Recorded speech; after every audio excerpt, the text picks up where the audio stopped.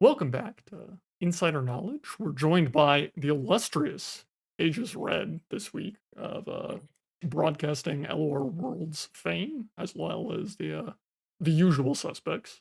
So, Mhm. Hello. Welcome back. Hope everyone had a great holiday. How was your Yeah. guys' holiday? Did you play Runeterra? Did you see family? Anything exciting? I played almost zero Runeterra, which was pretty good. But Nice. my holiday was pretty good. Runeterra is it's all right. I think we got some balance problems, but that's okay. Yeah, It's we not got too maybe bad. some like tier 0 deck maybe. I don't know, like it doesn't show up anymore like the tier 0 stats currently, Mm, but it was like 65% and like it became into like from 1% play rate into 11, you know. After of course Wu made it popular, right? Like of course me, so um it was very very interesting. uh yeah. Hold on, I have to prove I'm not a robot. Okay. All right. I Uh mean, but the stats are still like pretty absurd, right? I yeah, mean, like it's still big, but like it's not like I wouldn't call it tier 0 currently probably. But it's like definitely the best deck in the meta. that It's is a meta worthy. big ass number, dude. Oh, we're talking I do about agree with you. we're talking about Galio Elder Dragon Morgana. If you guys Yeah. don't know, this deck has come up in the last week and a half, 2 weeks. And it's sort of taken ladder by storm. Currently running probably two of the strongest champions in the game, Elder Dragon and Morgana, as well as the formidable package and then a ton of suppressions and stuff like that. It certainly is a fun deck to play against with quite a bit of grind because of the top end that they get to run because of Elder Dragon. Yeah. Um, yeah, it certainly is a deck. Hmm. Uh, Yeah, it's a deck that like it was like Galio was very popular like in this like last chance qualifier and stuff. So I'm not surprised that this like made sense. Also like I think Morgana is pretty good, and like especially like the tempo, when you go like Morgana into one singer into like Galio is just crazy powerful. So that's like what this deck, I guess, why is the deck is so powerful. I think like Yeah, I mean, the deck definitely seems like oppressive to ladder, like just like blatantly above rate, needs multiple hits. Um, and especially like you play any spell singer deck, you don't have fun. Like yeah, you play any Seraphine or something like, there's like so many things that just things like Matika Junior, right? It's also the Inquisitor, Charger, right? Feathering. There's so many tools that you can yeah, use in these matchups. yeah. Tournaments, it seems like probably more okay with because like letting people ban your Elder Dragon and your Morgana is probably just like not acceptable in a tournament. It feels very similar to like we've seen this situation come up, I think twice before with like Aphelios Twisted Fate and Nami At least, Lee, where like you probably just had to break up the champions because like people would just ban it if you had both champions in the same deck. yeah. You bring this to open, you're gonna get banned because I said Yeah. Morgana and Elder Dragon are arguably the best champions in the game. Of course, maybe Mordekaiser can be maybe in the discussion, but I would say that these probably better. And yeah, and that speaking of the tournament, we have confirmed that on 13th we're gonna be having open. Though it's gonna be for fun open apparently. Without any prizes. But still we're gonna be getting like the trophies and stuff for the competitive season, so it might be a valuable thing to play. I'm definitely gonna play it. I'm gonna stream it. Gonna like without delay as well. Assume so. It was kind of like some discussion about this competitive statement was there. Because there are gonna be some changes. We don't know yet what it's gonna be. I guess we're gonna figure out. I guess next month. Yeah, I mean, yes. Well, there has to be, right? Because there's already 3 slots that are missing, right? Because there's no seasonal, so they have to figure out how they're going to fill that out. I Yeah. assume with the World Qualifier open, but it is weird in the sense that like are they kind of just dumping January as like an off month, or is it like we talked about a little earlier by they just going to like condense the first season into like this 2 month kind of span? It is strange, and I think it's also um I think if they were a little bit more open about like what this first season actually means, instead of Mhm. just like here's a tournament, wait, we'll tell you in a minute, like I think people would feel a lot more comfortable. Yeah. I do yeah, think a big thing to keep in mind is that every single year, right, usually takes like 3 to 4 months off in this time. Like it's literally like start of December until like mid March. It happened in 2022. It happened in 2023. If they just take like, a month and a half off this time and we have like one for fun tournament, I'm totally fine with that. Like I don't think this is like that big a deal. I think a lot of it's Yeah. just coming off the back of the big Riot break that happens in December.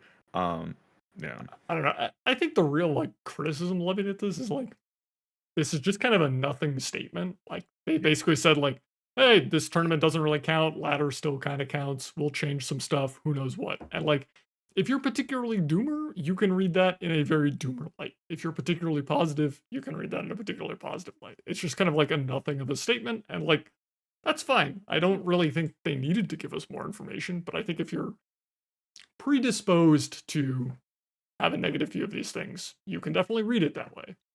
I think it would have been nice to have like a more in-depth statement. But it's the third. It's Yeah. the 3rd of January. They literally just got back to the offices like yesterday. Like Yeah. I'm not. I don't think anybody should be surprised that we got like, oh, we just got back, guys. Give us a couple weeks. Have your for fun tournament. We'll figure it out. Like, Yeah. Also I'm consider sure they're that, having the meetings like now. Like they're probably Yeah. just having the competitive meetings. Like, what is this going to look like for 2024? Like they're probably having them this week. But yeah, I think I'm kind of on the board of like, I get that like, I don't know. I'm on the board of like, it's cool to have a for fun tournament, but maybe just kind of leave it at that and like, just say like this has no stakes.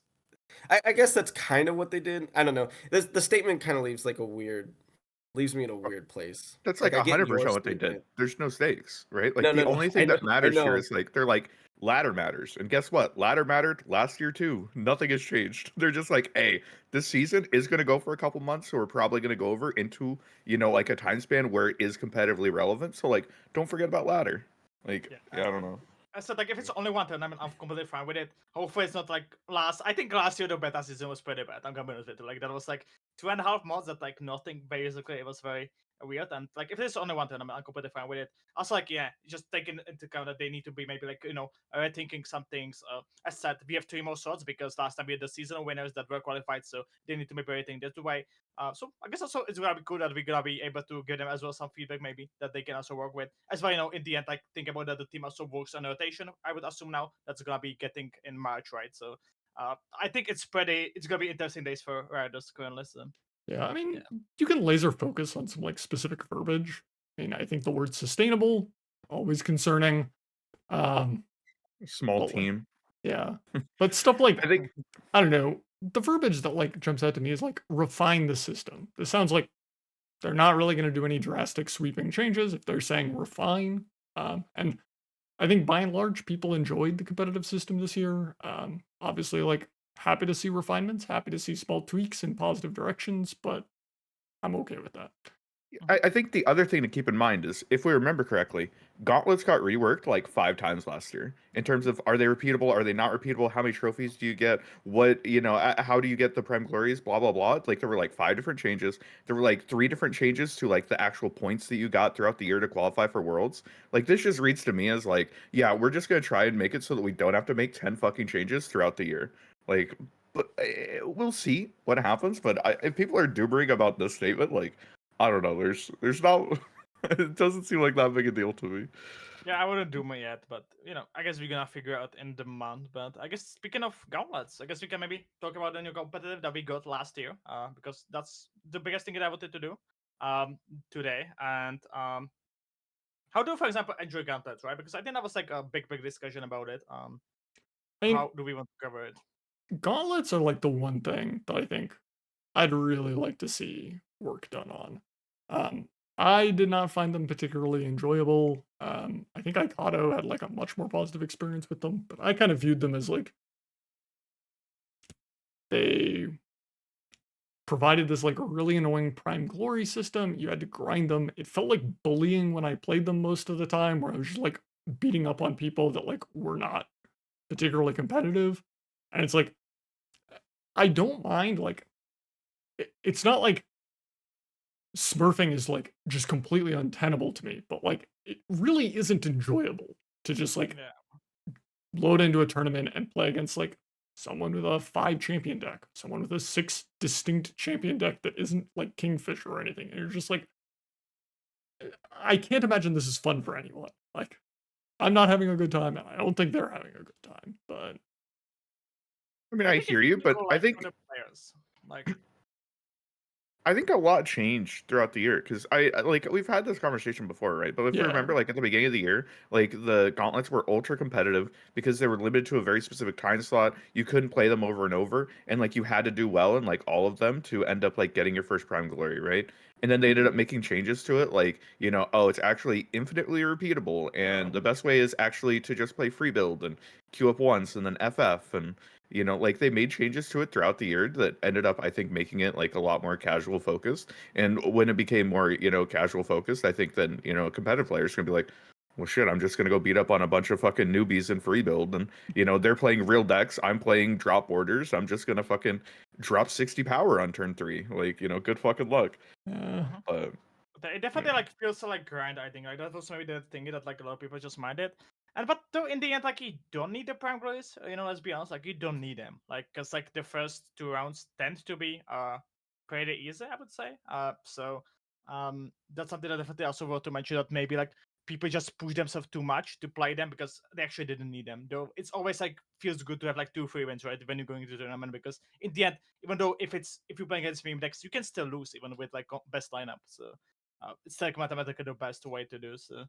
I would probably like my change maybe would be just that you don't need that much grind. I think like also maybe changing the rewards part maybe a little bit better. So maybe you give because at the end of the road there tends to be things like prismatics and like wildcards and stuff, but that's kind of weird for like because at this time they're getting only people that have full collection, right?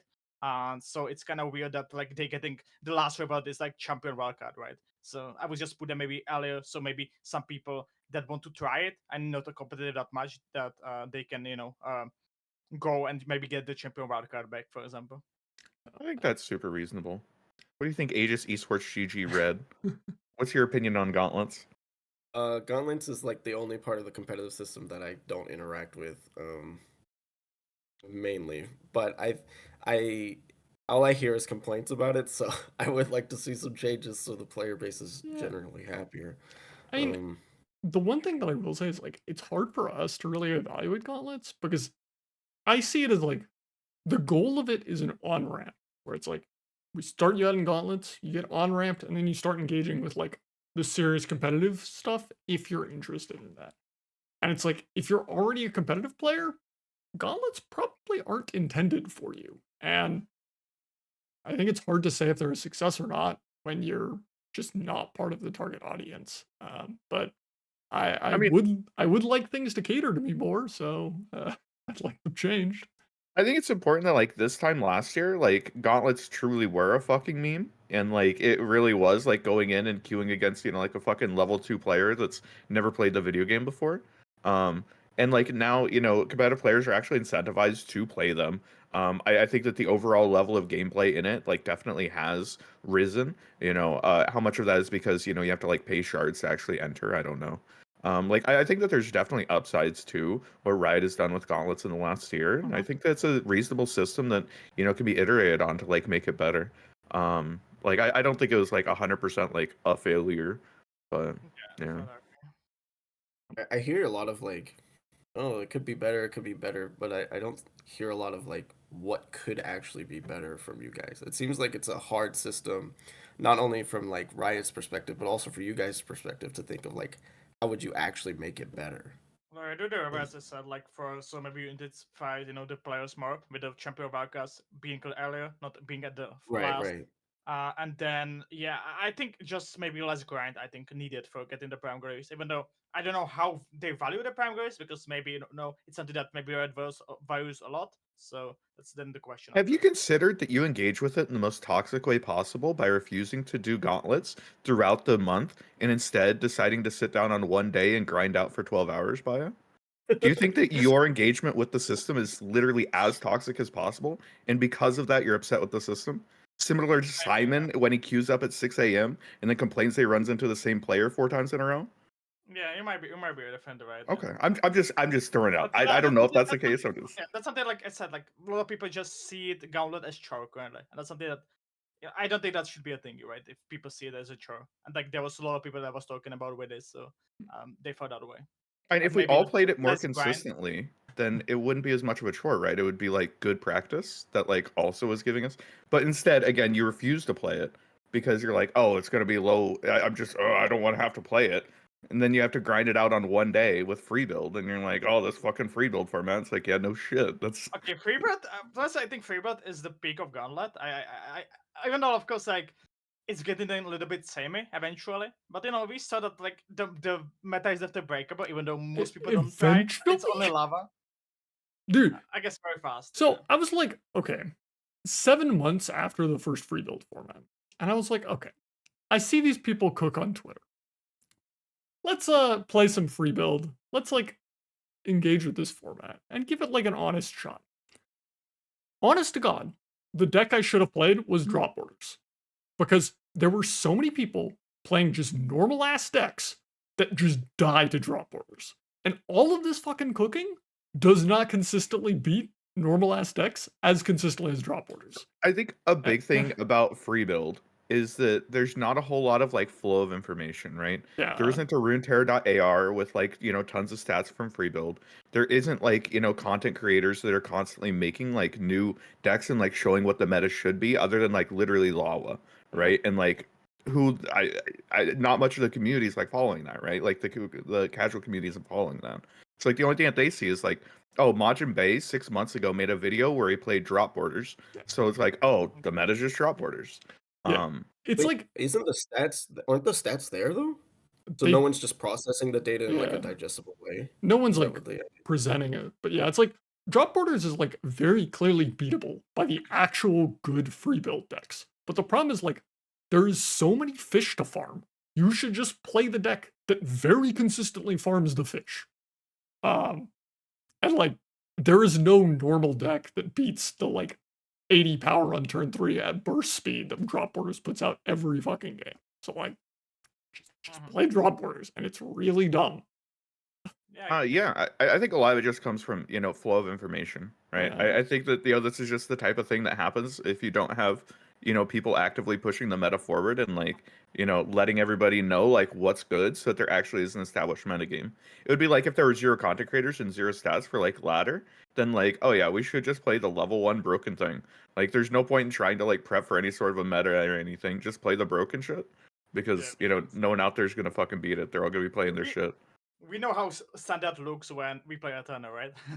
Yeah, Like, it's just lurk, Gwen Zed and Gwen Lurk, Zed. right? Yeah. Yeah. I don't know. I mean, I think like free build.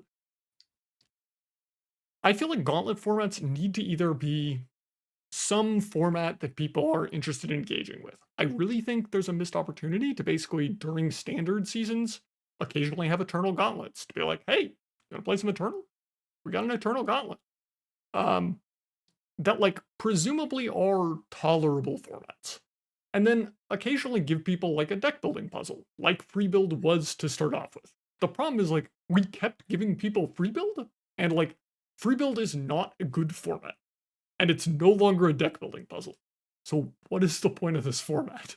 Maybe change like format a little bit, like that. Maybe at least 20 cards. I don't Well, know. Maybe Yeah, something like that. I think you could do like at least 20 cards, at least 30 cards. On some I think cards. free build 40 cards would be very interesting. Play as many regions, as many champions. You figure it out. What's the best deck in that format? I've got no clue, but I'd like to try it. I'd like to play like a week of this. The important part is don't run that format again, because after a week, we'll know. Yeah, but ban some cards, right? I don't know, ban drop border, right? Ban something like that, and just like make the meta change, right? For example, so yeah. Yeah, I mean these deck building. Well, I don't know if I would ban cards. I just feel like these deck building puzzle formats, like you just shouldn't run them multiple times because like we basically like play free build once, and you're like, okay, counterfeit copies is ridiculous. This card is like way out of line for this format. Bursting Watery Backpack Grave. is way out of line. Watery Grave is way out of line. Some Monument is way out of line. Like, there's these specific cards that are clearly out of line for the format, and once you figure that out, the format doesn't have a point anymore. And it's like, okay, it'd be fine to play this once and get blown out by like drop borders or these like Rise decks that are like interesting, and then move on. But it's not fun to continuously revisit this meta that we know is fucked up. So, Yeah. Definitely Okay, agree. guys who don't play Gauntlet and hate Gauntlet do nothing but talk about free build. Okay, guys. I True. played Okay. quite a lot True. of free build, to be honest. I played a lot of free build, to be honest. Like I was cooking also quite a lot, even though I was mostly like Nedek and lava, to be honest. So. I know you were playing about free build because that was your engagement with the it Yeah. was the grind for 2 days. Yeah.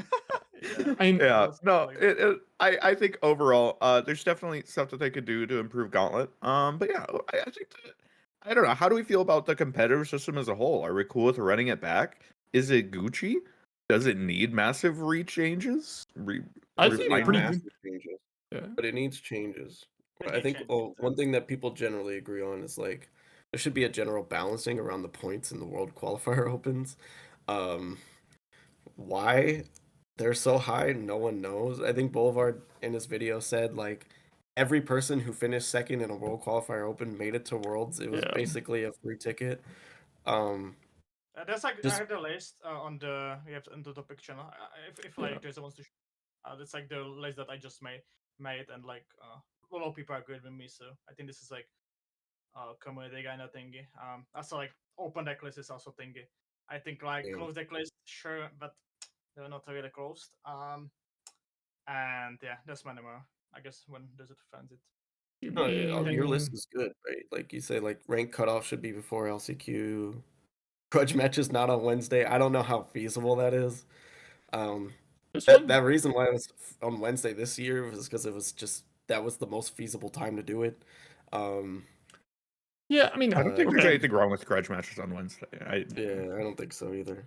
It I depends would like say how you make the shadow, I guess. But the one big thing you're missing on this is that grassroots tournaments should have worlds points. I think that's That's in just his my like opinion. addition, but I remember grassroots tournaments being listed under the world's points for last year. Um I can only assume that there just weren't any good grassroots tournaments, if I yeah, had to That's guess. what they I Like all there were assume sucked. probably too. just Yeah. no TOs putting on tournaments that, Yeah. were to Riot's So caliber.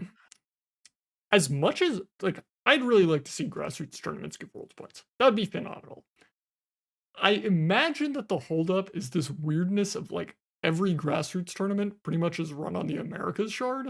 And it's like, how is this Weirdness. I don't Wait, think fair? what's that's weird the about holdup. that? I don't What's think that's weird? the holdup at all. Really? That Okay. seems great to me. There are 3 yeah, spots to fill. I mean, just that's sorry. I think Chalice, you if just you guys make it a don't know, system. real Yeah, go quick, ahead. Aegis Esports Red, right here, put on the Aegis tournament, has been doing quite a bit of work behind the scenes to do broadcasts for the opens in this last year towards the back half, as well as for worlds. So as somebody who, I feel like has a pretty interesting view on the competitive system. What do you think? About, I mean, yeah, let's start with, I think fucking. for grassroots to work in the competitive system, it sounds like a logistical and legal nightmare. So when they first announced it, I was like, that's definitely not happening. Like with no foundation, there's no shot that that's happening unless they're just throwing it to the wind. You have to set up a system where like you have to find trusted TOs. Yeah. And I'm not gonna come on here and say that there aren't trusted TOs in the space, but it's not like it's not like there's diamonds everywhere. You have to be specific with who you want to like run your tournament because they also have to have the community trust. Riot also needs to know that if something goes wrong, you're able to fix it in some manner, right? They can't accept Yeah. the blowback of you fucking with someone's world's points. The other thing is that like you have to make it fair to every shard. So like if you're gonna do it, it either has to be a cross shard event, which one will all automatically be unfair to APAC just based on timing, or you have to make it separated by shard, and then you have to have a specific events for each shard and a TO for each shard. It becomes a lot more to manage. I know from talking with Matt, that was like his real big push at the end of last year was like he was trying to get grassroots tournaments as part of the competitive system. I don't know if that's a leak or not, but I'm pretty sure he said it in his tweet today. So like I think we're gonna see something this year. I don't know if Aegis is gonna be a part of it. I don't know who like what it'll entail. I think it's a good idea. It kind of reminds me of like Hearthstone a little bit, and I always thought that system was really cool. But how to actually get implemented, I don't know, because Riot really is hands-on with a lot of the things that they do. They don't really like to hand things off. I don't know. So I'm very skeptical about its implementation, not in the fact that I don't think it will be good, but in the fact that like I'm skeptical about like how I don't want to say stingy, but that's like the best word I could use. Like it might just be like one grassroots tournament a season kind of thing. Like stuff that I'd really like to see kind of explored with competitive system tweaks is where there's like a big asymmetry in how much it costs to Riot and how much it benefits the community. And like something that really comes to mind here is like, could grassroots tournaments advertise in the tournament tab? Because like there are huge portions of the year the tournament tab is like worthless.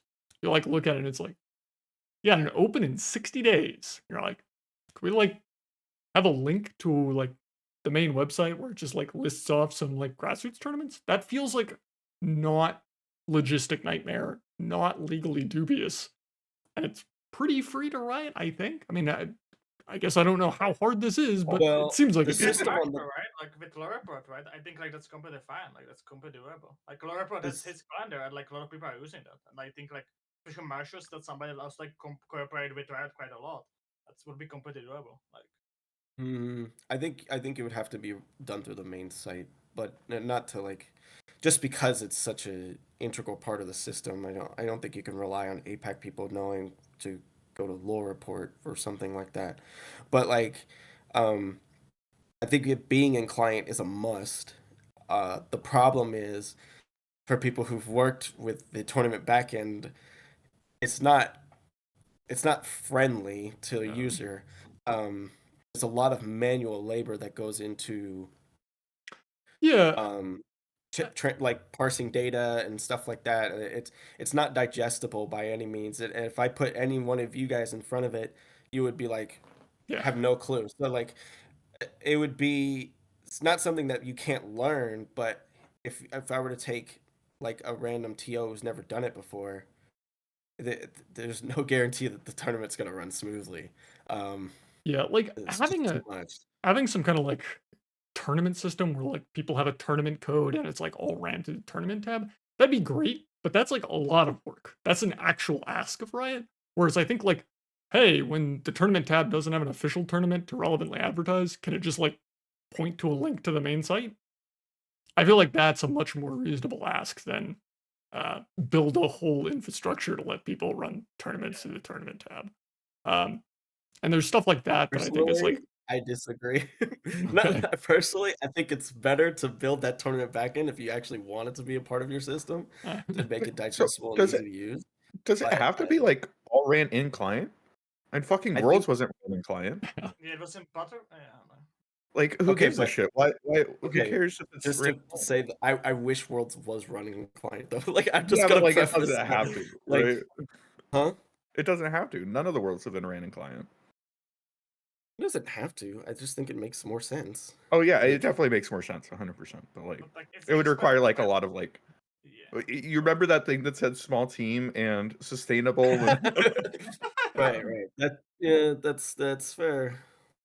Yeah, like I don't know. I mean, it's always nice to be able to say like, oh, this thing would be nice, but like any of those things come with costs, and I think it's much easier for Riot to be like, okay, we just like can't build that infrastructure, so we're not doing it. Whereas like when you find these things that are like very cheap to Riot, well, like one of the ones is like, why can you not look up like big people with big win streaks?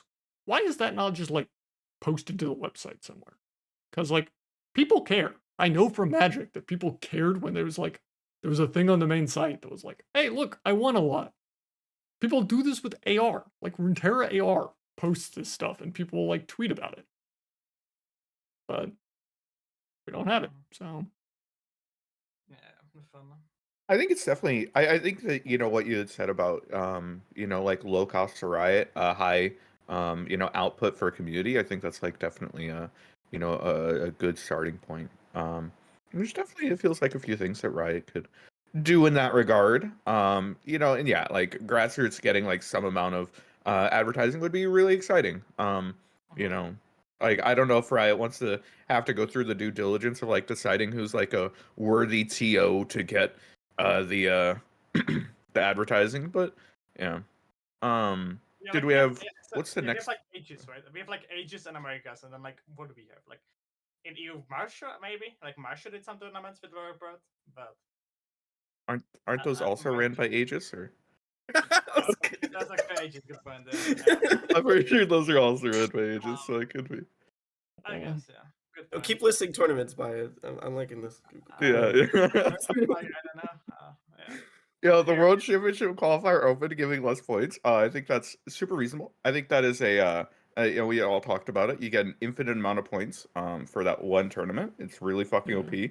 I wish that I had just done really well in one of those. That way I would have had to grind all fucking year, but you know, Yeah. I'm not that gifted. just make it Yeah. like, okay, keep the winner going into Worlds. That's competitive fine. I think I'm very happy about it. It's just gonna be the thingy that once again it's gonna be that people gonna be okay. I'm gonna play in this tournament. It's gonna be every 2 months. I assume it's like with the thingy. It's gonna be like, okay, I'm gonna try for this because if I win it, I can get there, right? And a lot of people did it and actually qualified, right? Joe one qualified like that, right? If I'm correct, so. Yeah. That's like the thingy, and then like it's kind of weird to give more points to the others. Of course, for the finals, we can appear to like get only 10 points, but it's still 10 points. Like that's quite a lot. So, you know. Yeah. I definitely think it'd be better if. I definitely think it'd be better if like the WCQ like runner up and top 4 wasn't just like these are the people who are actually allowed to compete for like seasonal points.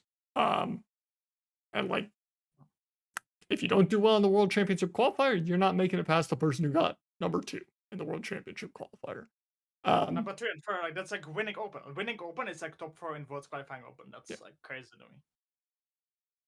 I mean, How do you feel if it just moved down like 1 point value, where like second place just got 12 points? Just make it make it same. I would just make it same as Just make it the exact same. and just winner getting 2 words. I think that's like would be fair. Like I just do think the tournaments are basically the same. But and if we want to make make the keep the bigger prize pool, keep the words qualification, but don't take in count the words points, right? I do think Don't that give more.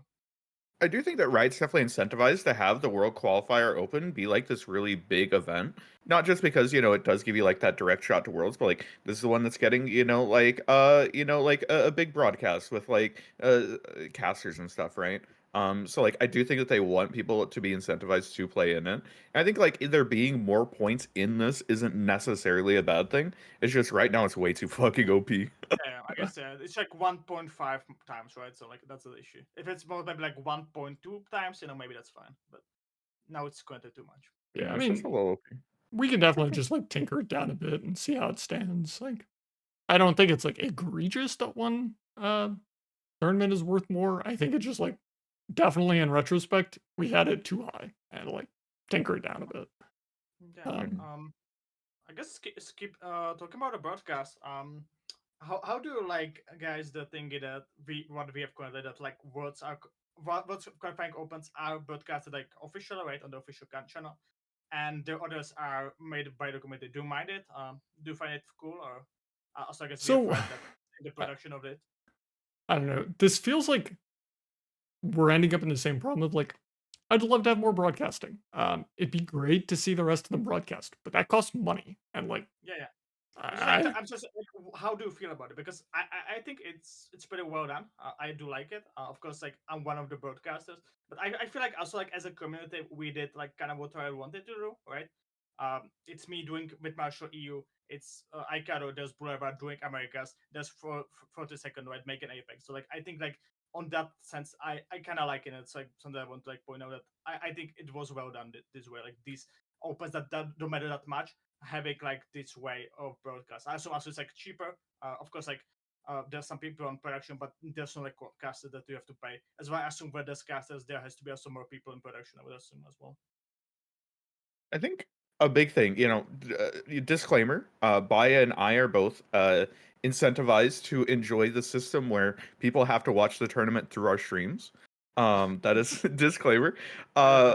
but I do think that I'm glad that Riot, or maybe someone else who's running it, has gone out of their way to make sure that there is something to watch, that there is a clean feed to be able to be watching. I think that that's a very good thing. There was some question about that at the beginning of last year when the competitive system was first announced. So I'm glad that they've stepped up, and I feel like it's been a very reasonable system where we are able to watch it. I think that it would be nice if maybe on the Twitter account they pointed to a few places where people could watch the opens, because it does feel like a lot of people either don't know what they're going on or don't know the system, and the amount of times that they hop in and they're like, where's the mainstream? It's like, you're here, buddy, this is the mainstream. That's the most frequent question by far. Like, where's the mainstream? Oh, What do you think, where Red? are you? What do I think? Yeah. Well, I kind of cooked the idea up with Riot, so I'm a huge fan of it. So I'm a huge fan of my ideas being successful. So, Yeah. but unironically, I don't think it's the Runeterra opens aren't any harder or less hard to put on than the World Qualifier opens. They take the same amount of staff. It's just we just put in some like casters instead of automating it. I don't know if you guys know. I think I told Aikado, but the Runeterra opens are basically 95% automated. And I think it makes sense, especially because LOR is such a community game, that you should have some type of medium to highlight the community. I think it's a great idea. So Yeah, I mean, pointing to people I think is like a great improvement on this thing, but presuming very reasonably that they can't just cast them all, I think it's an excellent solution to the problem, because like presumably you had to cut costs somewhere. This is like by far the best way I could imagine to cut costs. So We Getting could do it free free, right? casting. yeah. Getting free casting for 66% of your tournaments is pretty Well, it's also like so like it obviously saves money for Riot, but it also like gives value to the community, because like you want to stream, congratulations, there's excellent content served to you. Stream. Yeah, you save money and yeah. you give things to community, right? This is like the Yeah. best thing, that you even save money and you give something to community, right? And like something that the community can benefit from. Yeah, truly a phenomenal idea. So a few of the things that we've talked about have been, like having like in-client things pointing to, tournament information. I do want to say that Riot has done a really good job of having more stuff in client this year. I feel like we've had more, like in-client messages and stuff like that, and I hope that they continue to expand upon that, because I'm glad to hear that they're listening and that there are, changes being made in that regard. That said, it's January the 3rd. Worlds was a month ago. I probably shouldn't get a daily reminder about Worlds. I don't want to think about that every day. Thank you, Riot. Yeah, that's the first something that like get timer, and after the timer, it's gonna disappear, right? On the next change that we didn't maybe talk about, I guess meeting the same guy on the day one is kind of weird. Especially like it's not an issue like I said like in morning or in like evenings, but I think it's an issue that's not this very often. It's afternoon. There's a lot of people playing, and then you just insta queue after game, and you meet the same guy because he also insta queued, right? That's something that I maybe might later. So okay, I can understand that this is a problem that I would like to see fixed. I also like am definitely on Aikado's side here, because this has literally never happened to me. I have Stone Cold never encountered a person twice. I think 90% of the times that this happens is because people queue at 6 a.m. Yeah. and they queue over and over and over, and they're at 6-0, and there's 3 other people in the fucking world that are at 6-0. So like, who are you gonna queue into? You're gonna queue into the guy you just fucking faced. Like, but that said, it definitely happens outside of that situation, and it's a very feels bad thing. It's a very feels bad thing, and it would be nice if there was like some sort of like a check that like in the first 3 minutes of queuing, you probably shouldn't queue into the same guy. Probably. Yeah. I think it's fine to like try not to check. I think it's fine to like say this is something that should be ironed out, but like I also think most of the people are like the dude riding a bicycle with a metal pipe meme, where it's like, how could Riot do this? And I don't know. Worst case scenario, like if we just need like quick fixes, if you have like really low queue population, just give one person a 5-minute like timer where it says like, hey, I've got a really low queue population. Like, I'm not gonna let you queue for 5 minutes because you're just gonna hit that guy. So In League, it's 20 minutes sometimes. Like, be patient. Yeah. You know? Like what I said, like I definitely agree that like Simon the way it says they're a dump, that's their issue. Like they should not complain because like they're queuing at fucking 6 a.m. But I said like it happened to me like twice at like 2 p.m. and 4 p.m. I lost. I insta queued just I need to get my win, and I met the same guy and I lost again. So since then I'm always taking a break by the way between games. It's also pretty helpful. But yeah, I mean, sure, I can agree that it should be ironed out. I also think this issue is a little bit overblown. So yeah. And to be clear, I totally understand like why it feels really bad, whether you won the first time or whether you lost the first time. It feels really bad to run into the same fucking guy. But yeah, it'd be nice if it got changed. Next up that I had on the list is the update on points faster. I think especially like there were some issues we had. Some people in the end even weren't sure if they got some points from the first season, right? And I think mainly that was the issue because like we ended season growing Avery, and before WCQ and Heart of Hunters, we got the update on points after like 2 months. yeah. I think that was the biggest issue. Like we had to wait 2 months to get like update on how we doing I with think- points. Like how you're supposed to remember it, right? Like I'm sorry, I'm not remembering that. I know it I like don't think that's quite right. I think people got a little complacent and they were just like, "Oh, I thought I had 12, but Riot says I have 8." And then they come to the end of the year and they're like, "I had 12. Riot says I have 8." Like that's what the real like Yeah. difference is. And if But- you should trust yourself to a certain degree. I mean, obviously Riot has the truth, but there was obviously something wrong with how they were pulling ladder data for the first 2 seasons, and that eventually got fixed. And that wouldn't have gotten noticed unless people spoke. But people were like really just kind of like, well, Yeah. I guess I was wrong. I think and it's a like, big thing though is that like I think that as an individual, right? Like I should absolutely tell you, you should go and personally check on your points and make sure that they're correct 100%. Absolutely. But at the same time, it shouldn't be a fucking issue. They should be posted fucking Right. instantly, immediately afterwards in an official place that's Riot endorsed, and we shouldn't have, like the us as a community putting it together. Because then it's like, oh, that's just red. Red fucked it up. wait, hold on, no. The point that I'm getting at is just that no. it would be really nice if we got like the Riot, like this is what it is. Very quickly afterwards, like within a week afterwards, posted like on their website. That would be really nice. Yeah. But I said like there was some confirmation that there were wrong points, right? Especially it was mostly you, by the way. It was me after growing Avery, and it was like Hollow, right? I think, and like some more people. So Yeah. hopefully it's also can Yeah. get like fixed, right? As well, like it's like of course, yeah, update faster as well. I really think the Before issue we, here like- is speed, not like accuracy, because the problem is like people like why am I blanking on his name? He's the person who Donut made it over. Why am I blanking Yeah, on his name? yeah. America's person, I don't Yeah, know. it was America's person. But From a cup? no. No, it's the Who's person who Slava? thought that they had gotten more points and Yeah, Easy easy to to win. win. There we go. Thank you, Yeah. Boulevard. Yeah. So easy to win had like the belief that they had more points and should have made it over Donut. Whether or not they were right, we really don't know. Riot like probably has canonical list, but they did have an error, so like maybe they had other errors. Who knows? It is essentially impossible to say at this point, but Donut went to Worlds. The real problem is Easy could not clarify the situation in the time that the issue occurred. So we're arguing about 8 months ago, and like Easy to Win is not going to believe you when you tell him he doesn't actually have those points.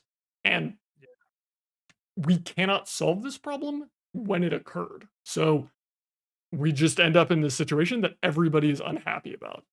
And it's like, Also, I want to like provide clarity on a few things before we start going down this.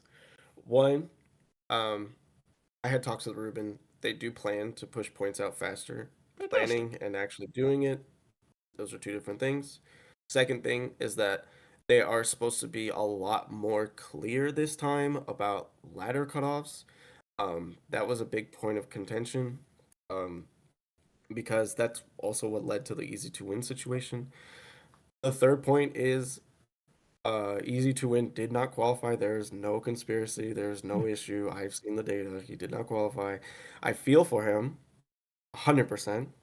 And I don't understand what is the disparity from the evidence that he showed me and the canonical data that we've seen.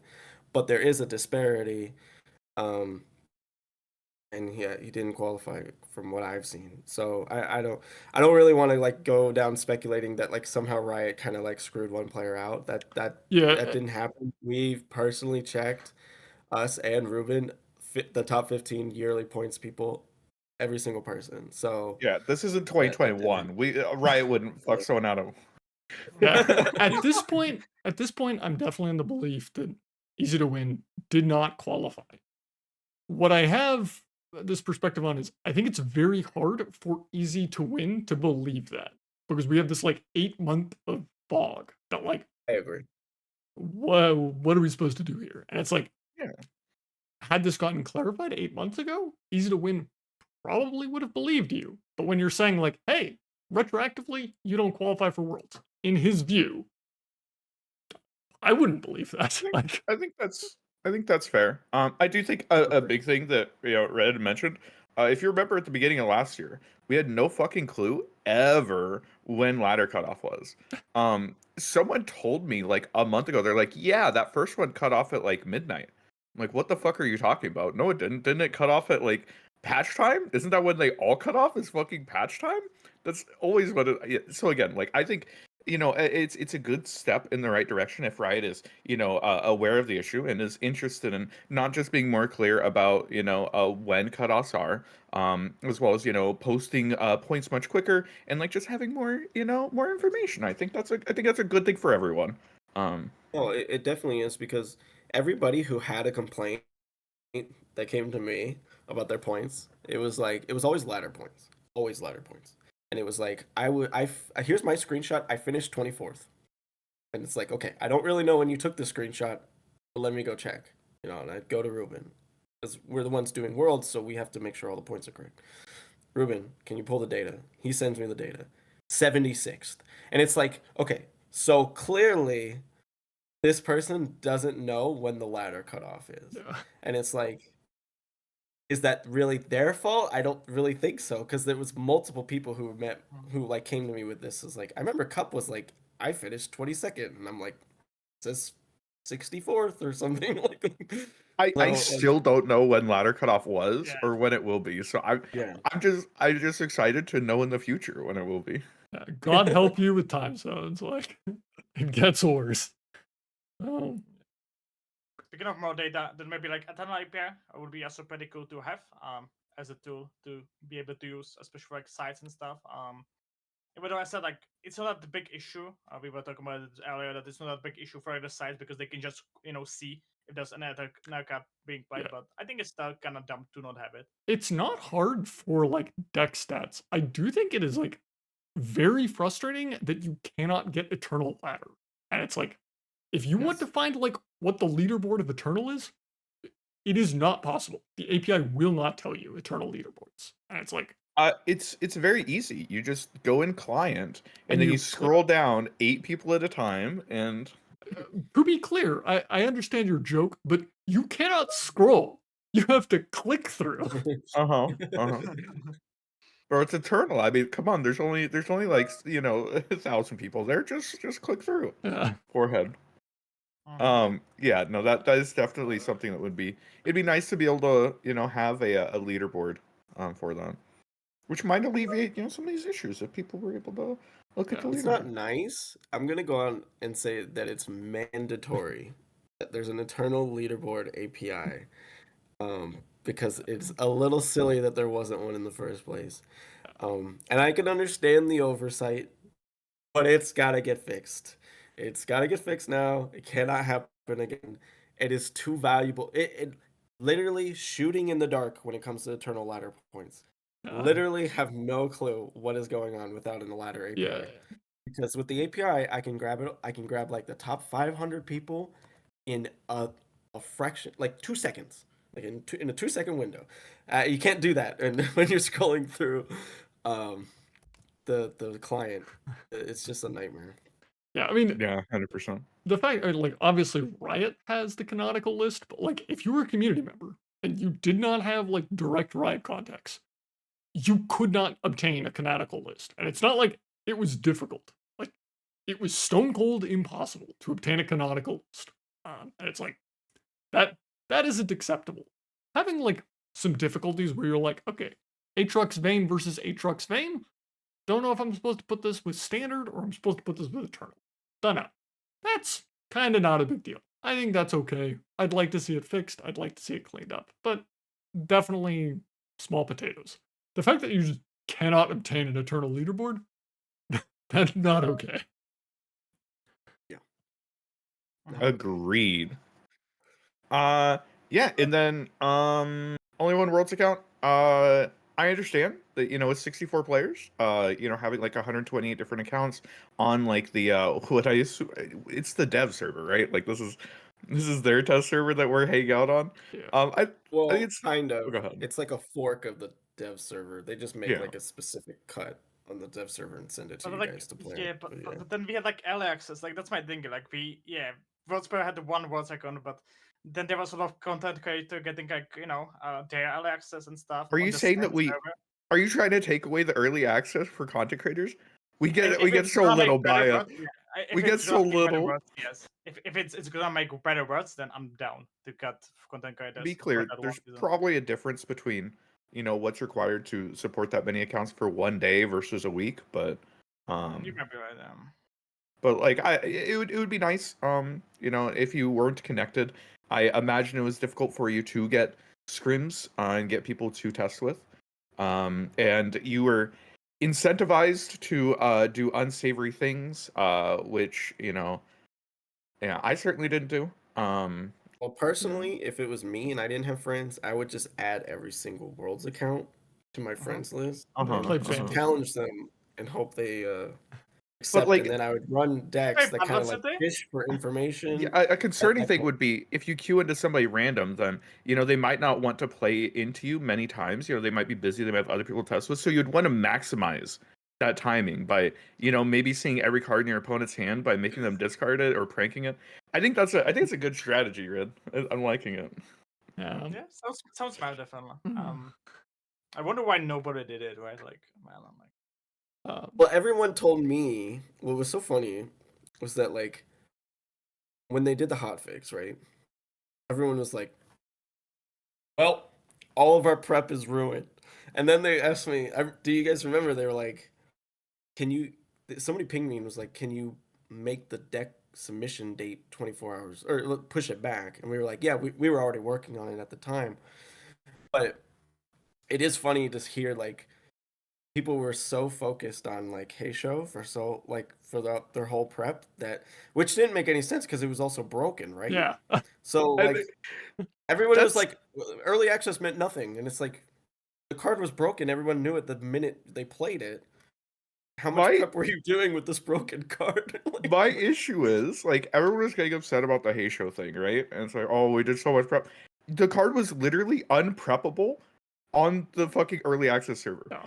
You guys saw a bugged Heisho on live? Heisho on the fucking test server was so much worse. It just randomly discounted your Yeah. opponent's shit for no fucking reason. It was not a testable card. It was Heisho, not a yeah. testable card. Heisho was so bugged. I don't think we could even like obviously they figured it out because they fixed it for live, but like it was so bugged you could not identify what caused the bugs because like your opponent would have a vengeance in their hand and it would just suddenly be 0 mana and you're like I don't understand what triggered this to become 0 mana, much less why We is had a it bug- discounting my opponent's cards. we had a bug reporting channel, and like 90% of it was Heisho bugs, and so, like it was, yeah. I don't know. Personally am very surprised that you pushed the deck submit back 24 hours. I think it was a good thing that you did, but like I was like, bro, who the fuck? We weren't allowed to test Heisho. I don't know. I don't know what time people wasted. Let me tell you, pushing that bait bag was a pain because we had social stuff tied to that, tied to deck submissions, and so it was like, okay, well now we have to try to. We had this 48-hour window, and now we have to kind of squeeze it into this 12-hour window. And that, I mean, the name your deck stuff was like directly affected by the deck submission date being pushed. But I know like Ruben came to me as soon as the hotfix hit, and he was like, "Can we push it back?" And I was like, "Yeah, we can try. We can try. I mean, we got to talk to other departments at Riot. There's other stuff that's like tied into this. Yeah. We're It only was going to push very it back kind. 8 hours. We were only going to push it back 8 hours, and I was like, no, let's push it 24 because 8 hours. If you're only pushing it back 8 hours, you're screwing one shard, just like time wise, right? Like, Yeah. so we ended up getting a pushback, and I mean, like our deck decoder just like takes it to decode the decks in 5 minutes, so that wasn't that issue. But we just had like other things that were tied to that deck submission date that had to get changed very last second. So that was fun to deal with. Yeah, I do wish, like, my only real criticism of that situation is I wish Riot had told competitors sooner that they were considering a hotfix, because, like, I definitely assumed Heisho was getting bug fixed, which did affect the card's power level, but I was like, okay, we're gonna play with 9 mana Heisho with Spell Shield. That's okay. It won't, like, discount the Heisho that you play after it if they kill it, but, like, we're gonna play with 9 mana Heisho with Spell Shield. And the fact that it got hot fixed on top of bug fixed, and there was no, like, warning to us, kind of bothered me. Other than deck submission pushback, that was very appreciated, and I liked that stopgap solution, but I would have preferred Riot to say, like, hey, we're trying to bug fix Heisho. We're also looking at a hotfix. So just be aware, we don't know details yet. We may not hotfix it, but be aware it might happen. Agreed. Yeah, that Red, was- why didn't you tell us? Well, I found out the same time you guys did. I got a DM from Julian. He was like, "Hey, I'm about to push this announcement about a Heisho hotfix," and I was like, "Okay." We had had a discussion with Riot to like not make announcements in the server because we want to make sure that all the communication goes through us first, so they're not getting pinged for everything. And he showed it to me, and he's like, "I'm gonna post this at the top of the hour," and I was like, it was like 5 minutes to the top of the hour, and I was like, okay, I guess. So yeah, it was very rapid. I also was kind of blindsided by it. So Yeah. we had sent out the bug list to Riot. Every time you guys posted a bug, we sent it to Riot, and they were like, "Okay, we're working on it. We're working on it. We're working on it." And then one day they were like, "Yep, here you go." And I was like, "Okay, that's all right." It was just like crazy page, but like I like especially if I remember like last words, I think there were basically no bugs, and like this time like there was so many of them, like especially made by Heisho, though, to be honest. That was definitely a thingy. Apart from these changes, do you have something in mind that we would love to see changed? Something that you think should be an improvement? The one thing that I'd really like to see kind of targeted is I feel like Runeterra would really appreciate from like a semi-competitive event on most weekends. Where like I understand we're not going to give out more prizes. I understand we're probably not going to have a broadcast, maybe a clean feed, but nothing more than that. But like if you're a competitively minded player, some event to play in on a weekend where it says like a test ramper, or what is like? Yeah, I mean, realistically, it's just like a more official grassroots, where it's just like, hey, Oh yeah. playing this event, win some in-game currency or whatever, where it's like something to do if you're a competitively minded player. The stuff that Is like, it like more on people than Riot, I think, because like I think Riot is very open of giving like coins, especially like for these tournaments. yeah, I think it would be better if it was like in client, which I think maybe what Drisoth is kind of getting to. It's like you log in during the weekend. It's like, hey, you play this mini tournament, kind of like Clash, where it's like, yeah, it's kind of like a mini tournament, and you just win like coins. And Yeah. it doesn't have to be a lot. or the stuff whatever, that but like some- the experience that I really miss from Magic and LOR is that like we have the big events. We have what Magic was called like Grand Prix or Star City Opens, but like we're missing this kind of like 1K experience of like, you want to play some competitive Magic on the weekend? There's probably a store nearby playing a 1K. Go battle it out with like 60-ish other people, maybe win $1,000. And like, I get the money part of that is hard, and like that's not really what I'm asking for here. It's this like, hey, small ball, maybe you don't get worlds points, maybe you do get worlds points, I don't know. But like there is a competitive event for you to play in on some number of weekends, and they're not as big or I as think flashy as opens. I think that's the type of thing that like probably would be done by a lot of grassroots tournaments. Like we said, again, like being in client would be really nice. Blah blah blah. But I think that Riot definitely leans a little bit on the community to take over some things. And I think that that would be the type of need that would probably look to be filled by the community. Other events though, I would like to see. We got Worlds. Worlds was super cool. Love Worlds. Having another international event in the year would be really fucking cool. In League of Legends, there's this weird thing called MSI, which is the Mid-Season Invitational, which invites, like the 2 best teams from each region to go and play in like a small little tournament. It's not that small, but in the middle of the year, I think having more international play like that would be really fucking cool. I understand that's a bit of a bigger ask here, but yeah, what do you guys think about that? Some level of like cross shard play other than Worlds would be very nice. Yeah. I mean, I believe them that like true cross shard where you can just like play from shard to shard is like technically not feasible.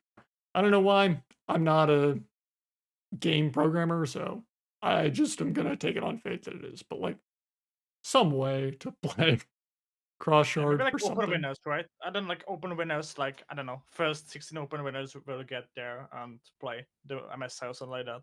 Might be like 2-day tournament, 1-day tournament. Like it Yeah, I doesn't matter. mean, or if you've got For like 6 players?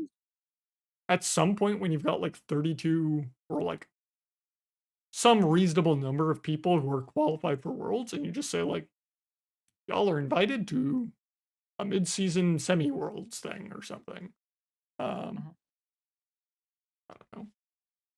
Yeah, I think just some type of a thing would be pretty nice there. Red, would you put on something for us? Can you just handle that? Sure. Let me just find some incentive to get everyone to play in it. Yeah, I don't know if anybody's got money lying around, but yeah, that's the other thing is that like you can invite people, but you also have to incentivize them to play in it. For Yeah. Worlds, the incentive's there. You're just like, Yeah. I'm going, baby. $1,000 just for showing up. But like MSI, I don't know. Like, are you gonna have like an APAC guy take a day off work for it? Like, has to be an incentive. oh yeah, you can handle that, right? Just incentivize them, bro. Sure. Yep. Just print money, man. I Mhm. don't know. I heard that's pretty OP. We'll think on that one. We'll think on that one. I think it's super cool, and I think like having like a potential golden road where it's like, can a player win MSI and Worlds and like a Open. Yeah. World Qualifier Open in 1 year? That would be so sick. But like, how do you get people to No, show the up to answer is no. games? By the way, that's not. But it would be really cool. It would be cool. Of course, me. Oh, I would that's win that. It would be sweet. But you have to that's qualify for Worlds first to be able to. Sorry, Red. Go ahead. I was gonna ask, and I know it's not on the topics list, but do you think now that we've done Worlds, do you think the method that you qualify for Worlds is indicative of the level of success you'll actually have at Worlds? Shit, has For someone done a example, breakdown? I don't know if anyone's done a breakdown, but If I know Talpinator qualified through points. Yeah. So like, if anyone did, I'd imagine it's Boulevard, and I don't think Boulevard has. I think usually like points. If you qualify with points, like yearly points, I think you're gonna do better. I would assume that like, because you just were consistent whole year, right? If you just won WCQ, if you just won LCQ, I think these players are probably like arguably like gonna do a little bit worse. but of course, like it depends on how people qualify, right? Do you remember the old system? In the old system, you could qualify for Worlds 3 different ways. One of those was by top fouring a seasonals. One of those was through ladder, and then one of those was through just doing well in seasonals throughout the year. And I think that we saw pretty consistently that the people who just spiked one tournament did not necessarily do particularly well at the at Worlds. So And I believe that people who got points throughout the year were a little bit. I will say, like, I know Boulevard did a breakdown for the other ones, and Boulevard says he didn't do one for this year. And I do remember that like pattern that you're mentioning, Aikado, but I remember when I looked into it, it was kind of just kind of a nothing ball pattern. Like, yeah, someone's always going to do worse, someone's always going to do better, but there isn't this like, oh, people who spiked a tournament have like a 30% win rate and just scrubbed out across the board. It's like, Okay, Drisoth. Two things. One, we're on a podcast and we're supposed to, have more interesting narratives to push here. Two, just because you spiked a tournament and that's how you qualified for Worlds doesn't mean that you have to defend them. that is not how I qualified for Worlds twice in a row. So, But no, it would be also- interesting to see. Yeah. Go ahead. I also think the data gets a little skewed because, for people who don't know, Aragorn actually just could not play the game day one. Like, he showed up and he had so many technical issues. I don't. If you watched day one stream, our first match was Aragorn. There was only one game that was played because he just didn't connect for like the rest of the day. He was having so much issues, and he told me like around 4, he's like, I just can't play. Like, I'm like lagging. So I think the data might get a little skewed by that because who knows, he could have done a lot better. He could have won round 1, and that could have completely changed his matchups through it between the Okay. next So for rounds. qualifying from previous Worlds, that one, that one category might be a little skewed. Yeah. We have to look at Talpinator for this year. That's the only way we can really Okay. fairly look at it. But Or to be fair, we have to make sure that Talpinator has as many technical issues this year. That way it's fair to Aragorn. Why didn't That's you a fix good his point. technical issues, Red? What the hell? say what? Why didn't you fix the technical issues? I don't know. I mean, obviously he's in Greece, so that's the first problem. The second thing is that like when he told me, I felt so bad for him because like he didn't connect to game 2, and he was like, "So what do I do?" And I'm like, "Well, you lose." And it's like, I mean, it sucks, but like you lose, and he was like understanding, but like, it's just when this is something I also wanted to talk about is like at Worlds, emotions really ran high with players. Like usually at Aegis, like I was talk to players and sometimes they would get hot, but a lot of times they would like be very understanding. But with Worlds, we were very strict with our rulings, and some people just weren't like super happy about it. But and I get it, right? It's like, well, your ruling just cost me $1,000, right? That's like basically what the math kind of could work out to, and it's like, well, yeah, but it's the rule book, right? It's like I'm not just doing it to punish you, but I get it, right? Like emotions run really high, and I will say to Aragorn's credit, he wasn't one of those people that got really high, even though he was in a really bad situation. And there were some bad situations at Worlds where it's like, Was it Barcode? I don't think Barcode really had any issues. Didn't he was like it was in like qualified basically for a lot of time, even like showed on the cast, and then No, He he got didn't know. whatever. He didn't think. No, we Okay. never announced the stand. I mean, like we showed it on I- stream, but that was just an accident. And I think a lot of people already knew that like 4LW had qualified by that point. You got to remember that the stream's on like a 15-minute delay.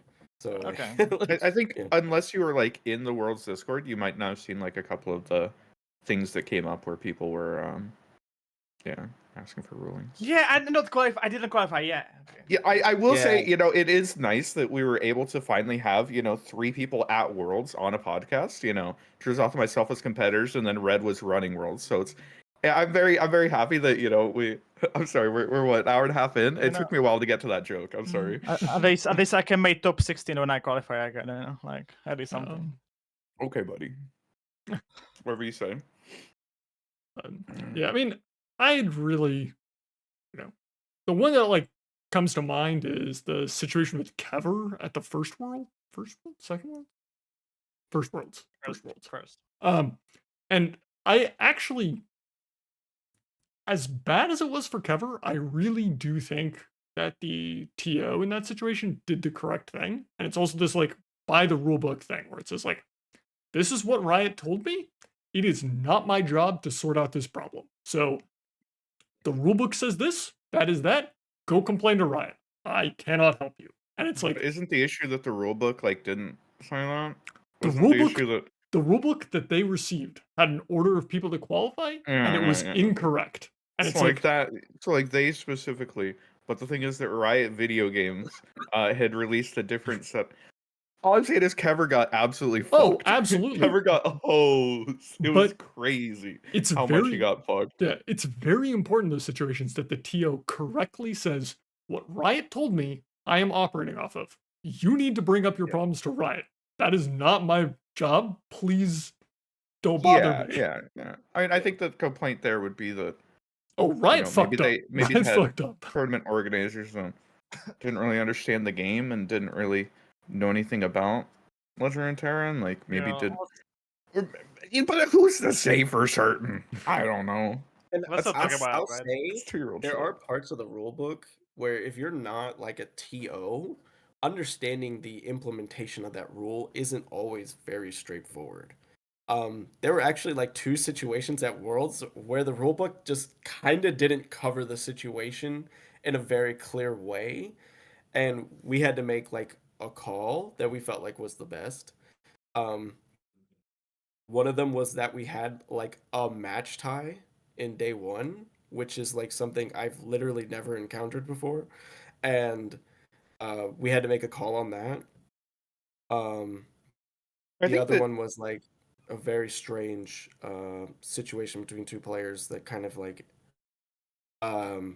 So, I on think the I one don't thing want to that get into it because think- it's like, I think one it's thing that comes strong, up is so. that in the normal opens and the normal World Championship qualifiers, a lot of stuff in terms of like who wins specific rounds is just decided by the system, right? Like the Mhm. system knows what happens if you go to time in game 2. The system knows what happens if you go to time in game 3, who ends up winning, blah blah blah, right? And then once we're doing it, outside of that system, and we're friend challenging each other and all of that, I think that it becomes a little bit more murky. And like some things, some people just don't necessarily know like the way that the system handles things in the opens or whatever, right? And I Yeah. think that it becomes pretty hard to manually handle that.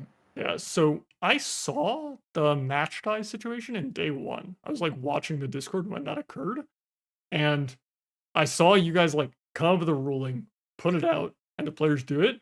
And I remember from like, I mean, I read the rule book. I don't know if anybody else did, but like, I read rule books. And like, I'm pretty sure the players were just wrong. That's Because the other thing is you're relying on the players to tell you what happened, Yeah. and the players Mhm. fucking lie. They're stupid as Well- shit, and they don't know what the fuck happened. And so Sorry, I go ahead. remember one of the critical questions was like, did someone see a victory screen? And Right. my understanding of how the rules work, maybe there's a bug.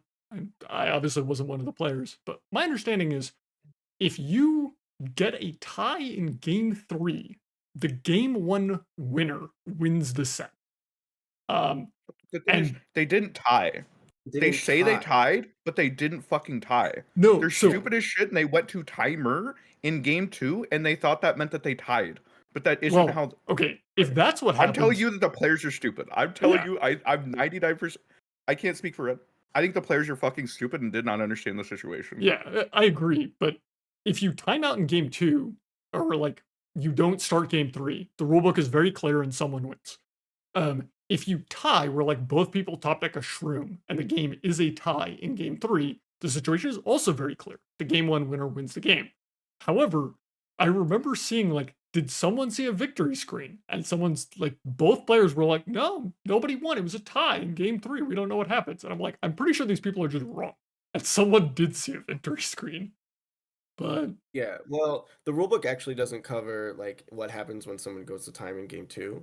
I understand after we made the ruling that the client handles it a specific way, but the rulebook doesn't handle it a specific way. So we made a call where we were just like, we resolved the situation. I don't want to get into the details of it, but Yeah. both players thought it was fair. And Riot was happy with the decision. And it's not like the system that we were using allowed us to give them a tie or both a Yeah. loss or both a I win. I, It I would could just be fucked everything. So I could be we wrong in came up with this. a solution. I think the issue is just the communication from the players. Yeah. I think that they called something a tie game that literally was not a tie game. Maybe you can tell me if I'm wrong. I'm pretty sure they literally went to timer in game 2 and they thought that they were 1-1, but they weren't 1-1. Well, even if they were 1-1, it doesn't fucking matter because that's like not a tie game. So when you go under the rulebook and you look at like tie games, that's not what happened. Yeah. Right. I Yeah. very much. That's when we were like, "But was there a victory screen?" No. And so when we made the ruling, I remember specifically, and this isn't it's before people go off in the chat. This is not the Kuvi situation. We made the ruling, and I remember specifically. I don't call them out because I thought it was a very fair question. I don't want to bring attention to it, but someone said like, "Is that the right ruling?" And I Mhm. specifically said, "It's the ruling we're proceeding with." And H. because in the moment I wasn't extremely sure because we didn't have a right resource to make the call and the rulebook didn't cover the situation. But both players agreed to it. It ended Yeah. up with one winner at the end. And so we were like, okay, we're happy And with yet, this situation. even So if the like, ruling isn't like, you know, whatever, it's very important, like as a player, to be your own advocate and understand the situation, understand what's going on, and understand the rulebook on your own. And like, if you come to a TO and you explain a situation in just an explicitly incorrect way, like I don't know what the fuck, I don't know Yeah. what, but I it sounds, I think both players are happy or understood and accepted the way that it went, and That's what it that's is. important, right? I Like there's not somebody that's gonna be complaining that if both people accepted this result, then like it's completely fine, I think. Because like if there's like that somebody's gonna be like, no, I won, and like, yeah, then like it's Yeah, I strongly do believe. I think there was no issue in how Aegis, the TOs handled the situation. I'm just pretty sure the players were wrong and dumb, and like they gave you bad information, and you made like a completely fine ruling given the information you were given. I'm just pretty sure the players were wrong. So yeah. Yeah. Yeah, I wasn't too stressed about that one. What I was stressed about was when I felt like I took the time to make a good decision and I sat down and I listened to somebody explain their case, and then they kind of acted like I just didn't give a shit and just said this is what the rule is, and then went on Twitter and complained about it and all that stuff. When's the Aegis Red tell-all? When are you dropping your twit longer? um I don't want to like here's what I'll say. I think if I spend an hour with you resolving your situation, an hour, over an hour, right? And I listen to all the aspects of your case and I try to make you and help you build a case. I don't think it's fair for you to go on Twitter and act like that just did not happen and we were out to screw you from the get-go. Like, you should be a little bit more favorable, and I understand emotions run high, but you should be a little bit more favorable and be a little bit more perceptive of the whole situation before relaying it to the public. I think that's fair, Red, but you shouldn't put me on blast here just because I know I was in your DMs for an hour upset that I queued into Roji round 1. I think you were out to get me, and I can't believe that Aegis Esports would but yeah, no, it's Those first round matchups, by the way, were crazy. I was like, not only in the Swiss stage, but also the bracket stage. That I don't know, like there was a lot of team killing. There was a lot of like very interesting matchups to highlight in the first round, and then I wish we could have had like 6 spectator views and just simulcasted like 3 different games because there was so many cool matches going on. yeah. But yeah, it was kind of cringe that you called me those words in the chat in the DMs and like. And I'll do it again. I'll do it again. If you queue me into Roji, I'll do it again. fucking I cannot believe. But something else I want to maybe I got in the format, by the way. I don't know if it's possible. I guess we have read for that. I think it was kind of weird because like there was like guaranteed tiebreaker, right? If we did day 1 9 rounds, I think there's like only 10% chance that there's gonna be needed tiebreaker. Is that like possible maybe for like future if we're gonna run the same format for Worlds? 9 rounds Mhm. for Swiss. Yeah. If it was Swiss, then it was only 10% chance to get tiebreaker needed. Um, Yeah, I think I was pretty happy with 7 rounds. I think the original proposal was 6. And I remember floating that idea to some people in Aegis and some other people, and we came to the conclusion that 7 made a lot more sense because at 6 we were cutting like half of the people at 4 and 2, and at 7 we were cutting none of the X2s and allowing one X3 through. Mhm. I think 9 is a lot of rounds, especially when Yeah. it's not run through the client. That when it's run off client, it's naturally just going to be pretty slow. Mhm. Mainly because you have to report all the results, we have to put them into the system has to generate the next round.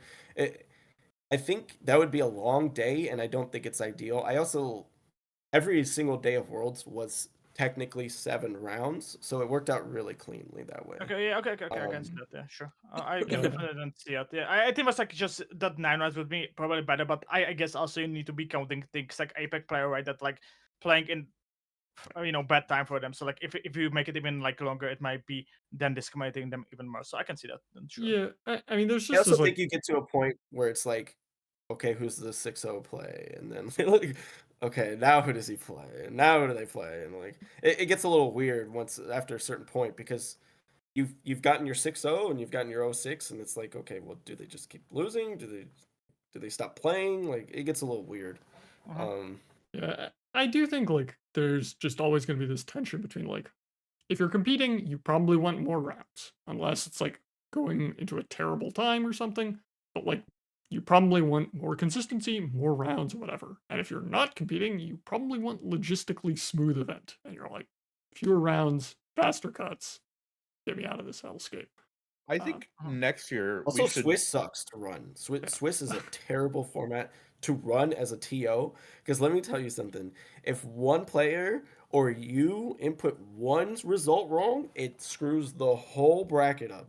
And it's awful. It is very stressful.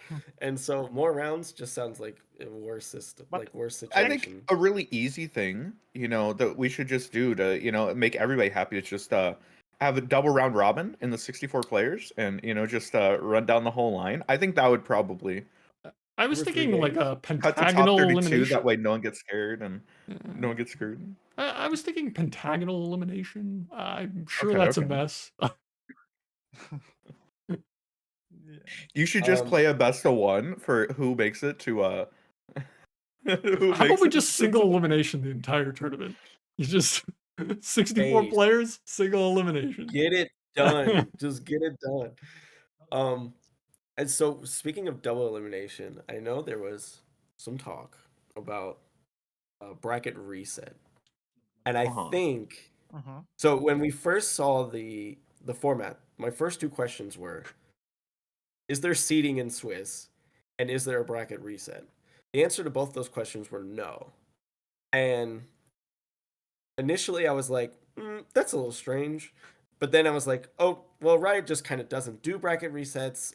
I also kind of get where it's like if you're going into a specific lineup and you just completely dominate the other guy's lineup, it's not fun to watch a 4-0 over 2 hours. Like it can get a little boring. But I think if you were ever to make a argument for double elimination bracket reset, this Worlds was probably like the one to do Yeah. it with, just because of like the situation. Yeah.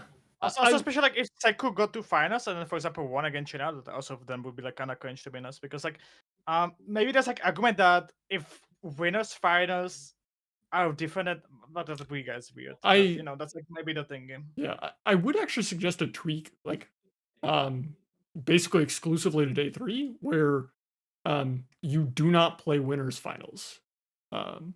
So like you play an 8-person single elimination bracket in losers bracket, where Seku plays against a fake Seku and goes to losers. So it's like the Seku and Chenia are in top 4, and then losers top 4 makes 2 people to play against them. Did that make any sense? Clearly not, but No. okay. I have no I idea. what think you I just said. kind of get what you're going for, but I don't think it resolves the system. So instead of Seku and Chenya playing winners finals, I basically send them both to losers against the top 2 losers brackets players. And those 4 players just play a single elimination. So there isn't a winners finals. It just goes to losers bracket when you get to 2 winners, and they get top 4 for their privilege of going undefeated through winners bracket. Gotcha. So instead of fucking one person from winners bracket, you're fucking 2 people. Fuck 'em Yes. both. Let's go. Like, it's fair Okay, though. cool. Like, To be fair, they only had to play like 3 games to get there. So I mean, I think there still is advantage to to Chania and making it to winners finals, right? Like I don't think that they got completely fucked. They had to play fewer games in which they potentially could have bricked and not found Poroking. Did you see Talponator, by the way, at the end? That dude was exhausted. He had to play a lot of games that day. You had to play a lot of games with not a great lineup, and like my guy was out there fucking crushing. Talponator did awesome, dude. yeah.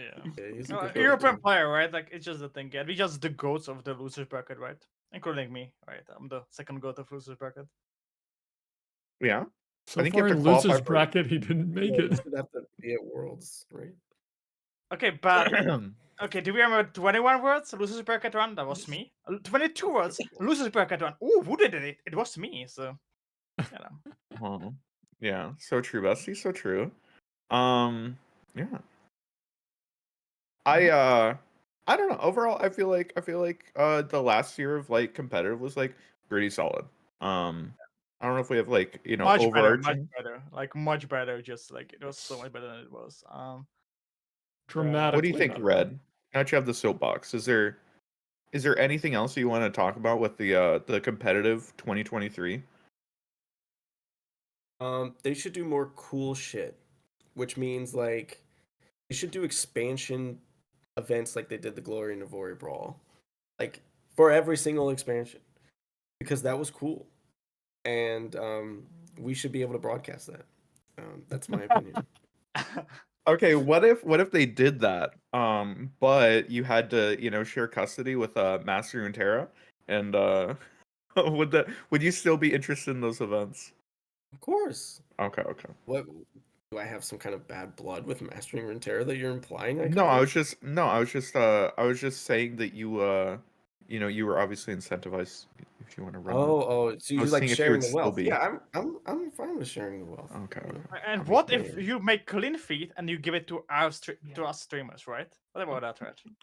Here's my Well, I question. mean, it's Okay. a community. It's like an event for creators. It wouldn't make much sense to like cut out their audio and just send the game feed for you to react to. Yeah. Here's my question for you, Red. Okay. Mhm. Again, I like the fact that people have to watch the opens through my stream. That's great. That brings a lot of people to my stream, especially on those weekends. It has a lot of chat engagement. People have a great time. They get to see my personality more. I know why. It's good for everybody that they get to watch me stream that. Is there a reason that the clean feed isn't like public?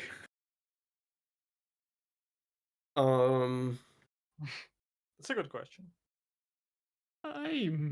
There is a reason, Okay, but I am not the arbiter of that reason. that's fine. And so, like, It's a good thing. I think it's a good thing, but like I wouldn't I think change it it, kind man. of. I think if I you don't mind make it. it, I think if you make it Hmm. public, it takes away a lot of the value of like just watching the community streams, doesn't it? Okay.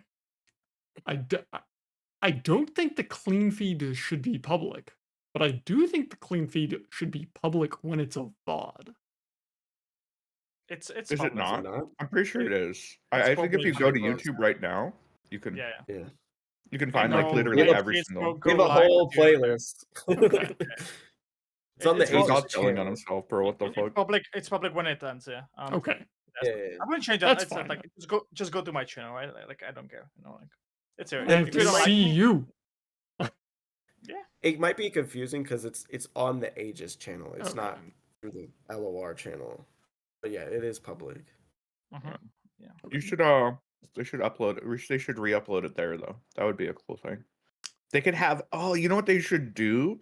They should at the beginning of this competitive season, they should have like, a week where they just rebroadcast every single thing to the main channel and then people could watch it and get excited for it. Oh, That yeah. could be fun. And with us, actually, our POV, they would use our, Yeah, explicitly my POV. That way everyone my can. POV as well. Yeah, Yeah. exactly. Sounds good. Sounds good. Yeah. It would be kind of Yeah. based. But I guess before we go into rotation, I guess we can maybe talk about our years as as a four people, because I think we had all kind of interesting years, and in the end, this should be like year in a review, right? Because even though we talked about the competitive, I said I think it was pretty well done. It needs some small improvements, but if they're gonna be done, then I think the system is amazing and it's much better than what we had. So I don't know. I kind of start with the year. How did it went? How you satisfied? Content creation as well, competing. Um, I think in 2021, I sort of burst onto the scene by high rolling one tournament, and then making it to Worlds. losing And to then 2022 was sort of growing into, who I was going to end up being, and I didn't make Worlds. But I still did pretty okay in tournaments. I think 2023 I put more of a focus back on actually performing and, being a good player. And yeah, overall, I think that it obviously paid dividends. I think that I'm absolutely the best player in the world. I think that I was going through my game. I don't know, dude. I had a pretty good year overall. Honestly, I'm not upset. I won a fucking tournament. I think that's great. I qualified for Worlds. I didn't do quite as well as I had hoped to, but I think qualifying for this Worlds was much harder than previous ones. I feel very good about my year as a whole in terms of my consistency as a player. Yeah, I think a lot of people, in 2022 wouldn't have necessarily considered me one of the best players in Americas, and I think this year it'd be a hard call to not put me up there. But, Drisoth? I was pretty happy with my year. I mean, I probably didn't. I guess other than Red, but I definitely played the lowest number of events of the three of us. But I don't know. I had a good year. I did well in the events I played. I obviously won one, but I technically made it to Worlds on Worlds points as well as qualifying. So, yeah, great year. Pretty happy with it. All do right. you have any goals for 2024, Drisoth? I'd really like to do like different stuff. I like competing. I don't want to stop competing or anything, but I don't know. I'd like to try other things, and I don't really know what that is because different is clearly different. So, just kind of want to branch out and do different things. Okay. So, where you started the year playing Jack Sworn, or Dude, how much I've you been buy? playing Jack Sworn. That's not different. I know that's why I was saying that was the. Never mind. Baya, how was your 2023? My 2023, of course, like result-wise, it wasn't the greatest. Even though I do think that it just went down after Glory Never. I think Glory Never was probably the best month that I ever had. Like, it was like me winning Master Country Open, me topping 3 tournaments, me getting top 8 in Worlds qualifiers, and then winning Aegis as well. Like, that was a very good start to the year. Then it kind of went downhill. I was, of course, thinking, I'm still satisfied with the year because I think, I've seen quite a lot. I'm happy that we made this podcast, big as well. That's something that I'm happy about that we were able to do. And yeah, I think the year went well. Of course, yeah, result-wise, it wasn't that good. But in the end, like, I was so often like, I was having 5 times what you listed, right? That's the thing as well. Like, I was 5 times one win away from top cut, and like, if maybe I won some of them, maybe the year will be completely different, right? And that's just a thingy. And yeah, we're gonna see where the 2024 gonna bring me, and I'm excited to compete again. I feel like, your year was very similar to the trajectory of Samira, where it started out very strong, and then as Samira ate nerfs throughout the year, Yeah, I guess I'm I think somewhere. what we really need is for Riot to bring back Samira. That way we can bring back BaJAtak. Oh, I was scared that they're gonna say that we should rotate, somewhere. So, Wait, like, no, we can't rotate you, but Red, how's your year? I would say Aegis' year was pretty phenomenal. I would say, I mean, like, we went from I mean, just doing the leagues. I mean, we always had really strong turnouts for the leagues, but then like we saw Riot was like outsourcing the broadcast, and we were like, hey, give us a little bit of that. Just give us a chance, you know. We'll prove that we can do this broadcast really good. And then they did, and then we ended up somehow doing Worlds, and then like it doesn't get much like you can't go farther than Worlds in terms of productions in So LOR. Aegis, people may not know, services other games. You do tournaments for like League of Legends and like Mhm. TFT and like Strive. Um, Yep. is the LOR branch just is every other branch just jealous of you? The fact that you guys ran Worlds, or is that why Ivar is playing LOR now? Is he just like, oh shit, this is this is the place to be? No, I mean, jealous is interesting. I think we're all just glad that Aegis is doing so well because we kill it in League of Legends, we kill it in TFT, and we kill it in LOR, and we do a great job in Strive. Strive, I mean, FGC is just a smaller community, but we still get great numbers, and it's just like we knew that like with the team that we had, we could do something like really special, and just to see like that hard work come to fruition. Yeah, a lot of people don't know this, but like me and Ivar, um, we've been doing this for like 10 years each. We've been doing amateur esports for like 10 years a piece. Like, so to see like us finally combine forces and then just like dominate honestly 3 amateur scenes is like it's something we knew we could do, but just to see it happen is crazy. And so like we're all just like really supportive. We like all the Aegis people are playing LOR now, you know. Before it was like haha card game, boring card game, no one plays it. And then like I mean the money started coming in, right? And so things changed, right? Cuz Uh, with Aegis it was always like we're never negative, but we're always net zero. And now we're like, oh, we're actually making money now. It's not a lot. We're not like rolling in it, but it's like, cool. This could be like a potential future for our team. And like, so that's like, it's really cool for the team. They always ask like, do you need help with LOR? Because LOR is a 2-person team where all of our other esports are like 8 to 10, right? And then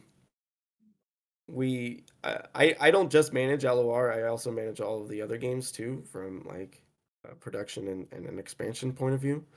But they're all like self-sustaining, and then every time I go to help them with whatever, they always ask about LOR. So it's like I don't think there's any bad blood by any means. They're just everyone's just like super stoked. Like it's like so holy shit.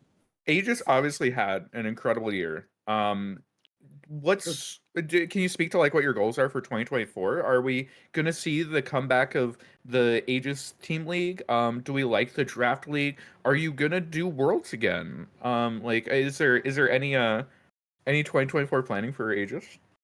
Yeah, so I've made a calendar for Aegis, and we plan to do some big things.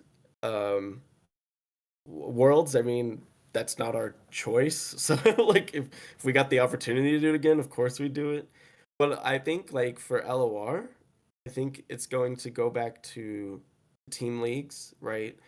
The draft league is kind of it's great, but I don't have a good spot to slot it in time wise. Um, outside of just like running leagues consistently throughout the whole year.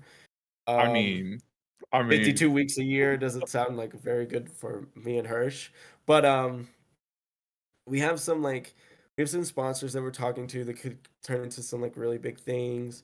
We have this really cool event planned for summer that's gonna encompass like all of our esports, and then like um we're just gonna do more like cool stuff, I would say.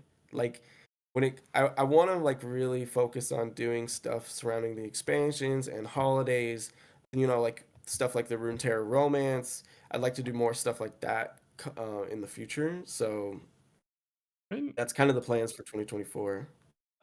I'd obviously love to see it like officially supported in client or something, but if my desire for these like smaller competitive outlets is filled by Aegis, I certainly wouldn't complain. I've enjoyed all the events I've played in. So Yeah, definitely.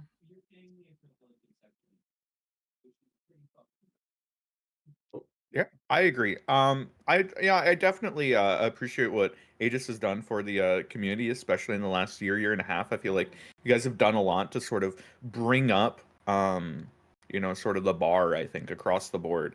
I think it's really valuable, and I appreciate you guys. And I hope that you continue to do so. Are you able to announce any dates or anything? I probably should have asked you before this instead of putting you on the spot, huh? Asking you on the podcast. No, we don't have any. Our leagues are intrinsically tied to the competitive system. Oh yeah, for sure. So we kind of need a roadmap before we start announcing dates. Just because we don't, people don't like to. We don't like to overlap into Eternal if we can avoid it. So that's kind of the big thing. I would say like look out for like the upcoming holidays. We plan to do some stuff. Aikado, we might run back Runeterra Romance. You might need to come and defend your crown. So Oh that's shit. stuff that you should look forward to, dates wise. And this summer, I'm telling you guys, it's gonna be so sick.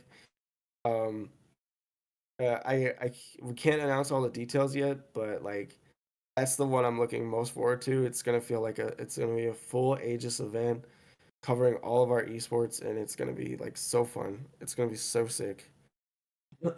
So that's the one I'm really looking forward to, but I can't really announce details or dates yet. yeah, doing like multiple ride games in the same thing, it's really cool. I talked about it. I'm pretty sure I mentioned it on one of these, but I definitely tweeted about it where I had a very amusing work event where people were like, "Oh, let's play all the ride events," and they just kind of like throwed in Legends of Runeterra for the hell of it, and it was like, "Oh, I'll definitely play that one." There It's should really be funny. more tournaments or leagues like around people playing all of the Riot games. Not just because it Yeah. caters to me, because I've put infinite amount of my life into Riot video games, but I'm pretty good at them, and I think that would be a really fun format.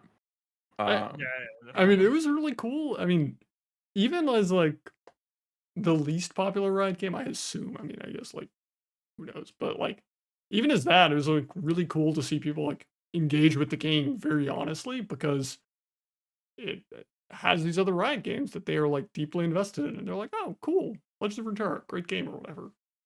And yeah, like Riot Triathlon, Riot Marathon, Riot Pentathlon, how many Valorant, League of Legends, Wild Rift, Legends of Runeterra. Don't Runeterra. count Wild Rift. Wild Rift and League are the same Okay. fucking thing, right? So Yeah, it's they're the just same thing. Yeah. It definitely feels like there should only be one, but they're distinct League, card games. game, TFT, Valorant, and then the fighting game when it comes out. Fighting game. And then MMO, right? Yeah, I don't know how you compete in the. I mean, I guess like World of Warcraft Speedruns. has like the arenas that like are PvP arenas, but like I don't know. But the thing is, that game's not coming out until 2028, so like Yeah. there's no fixing that. Runeterra, What- the IPO is Red. overpredicted. Red, when are we putting on a Riot quadrathlon or whatever? Just said it's in the summer. Oh. I just wasn't sure if they were like connected or you were just all running a bunch of tournaments at the same time. Not what I was. I don't really guess think about okay, so your here's event, Red. here's my vision, okay? Here's my vision. Doesn't mean it's gonna end up this way. My vision is that we advertise this event, okay? You build teams of like 7 to 8 people, and then with that team, you try to perform your best in those specific games. And like the current idea is like you can't have one person play more than 2 games. So you have to have like a diverse skill set of players across the 4 major Riot titles. What if instead of you can't have one person play more than 2 games, you can't have one person play less than 2 games? 3 games? That way, it's about finding people who are good across the spectrum. I do No, think that's a good idea. We have to figure out what the math is on that, but that's not a bad I idea. don't know. I do think like I don't know. It's interesting because like if you made people play more than one game, which like obviously benefits Aikado, so sure. Which definitely is wants a to. good thing. Everyone loves that. I do think he would like have this unfortunate problem for a lot of the contestants where it's like, okay, well, we're gonna find someone who's good at League because that's like really hard to do at all decently with if you're not already good. And then we're just gonna like shove them spider aggro and like hope for the best. League and Well, I mean, that's Valorant like are the really trade-off, hard right? to. Yeah. Yeah. Yeah. I mean, Yeah, like and the then I idea get to is that play like Seraphine and farm all the. Yeah. I mean, it's like the I don't know. Ludwig had the like chess boxing event, and there's this like mystique around chess boxing that you get people who are good at chess and also good at boxing, and it's this like, oh, I'm losing on chess, so I'm just gonna try and outbox them. That is not how that works at all. You get like a really good boxer or a really good chess player, and you just try and survive the other round. I mean, You the rope it out in the chess hope and just hope you can knock them out. Yeah. I mean, turns The out if you're a hope- grandmaster in chess and you get concussed, you're probably not a grandmaster in chess anymore. Sorry, go ahead, Red. I think our end hope. This is something I'm gonna pitch, and it might not be doable, but the hope is that like we pitch it across all the servers and we kind of can connect all the servers and say like this is the place. You know, if you want to meet Challenger League players, they're here. If you want to meet Challenger TFT players, they're here. You want to meet the best LOR players in the world, they're here. You know, like that's the kind of idea.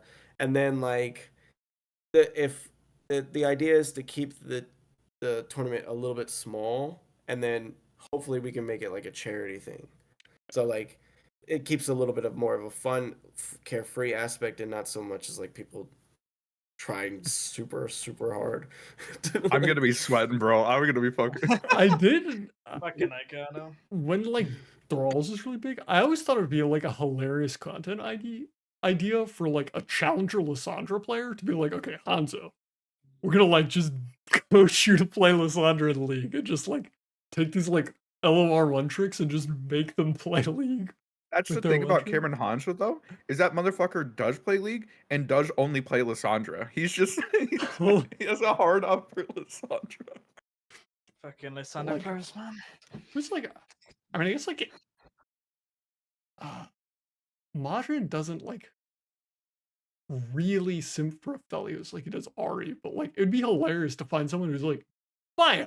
Baya's a big Aphelios simp, and you're just like, here you go, buddy. Yeah, I like Aphelios. I like it in Aphelios and League and LR, to be honest. Like, Yeah, I but we're play gonna quite make a you lot. play against good players, and just like, Okay, There my definitely Aphelios is. against good players. Okay, my win rate at I played like 50 games on Aphelios in League, and I have like win rate like 20%. Like, yeah. Bro, I've been playing League of Legends for 10 years. Aphelios has been out for what, like 4 or 5? I still don't understand how Aphelios works. That guy be shooting me from far away, and I don't know why. It just happens. I just know I explode. Yes, he's Caliber, man. It's so funny when I play League and I'm like, man, I have Caliber. And they're like, what are you saying? And I'm like, man, Caliber, don't you know the names? You mean green. You have green. Yeah. You have Caitlyn gun. Okay. Yeah. The easiest So way to funny. tell if someone's an LR player, they know Aphelios' weapon names. And also they know how they go, right? Like they Yeah. know. I remember like when Aphelios came out in LOR, and like the tournament after, you could tell who had played Aphelios enough and who hadn't, because there were people who like hadn't played Aphelios enough but knew he was good, and they'd like play Aphelios, invoke a moon weapon, the moon weapons would come up on screen, they'd pick the one they want.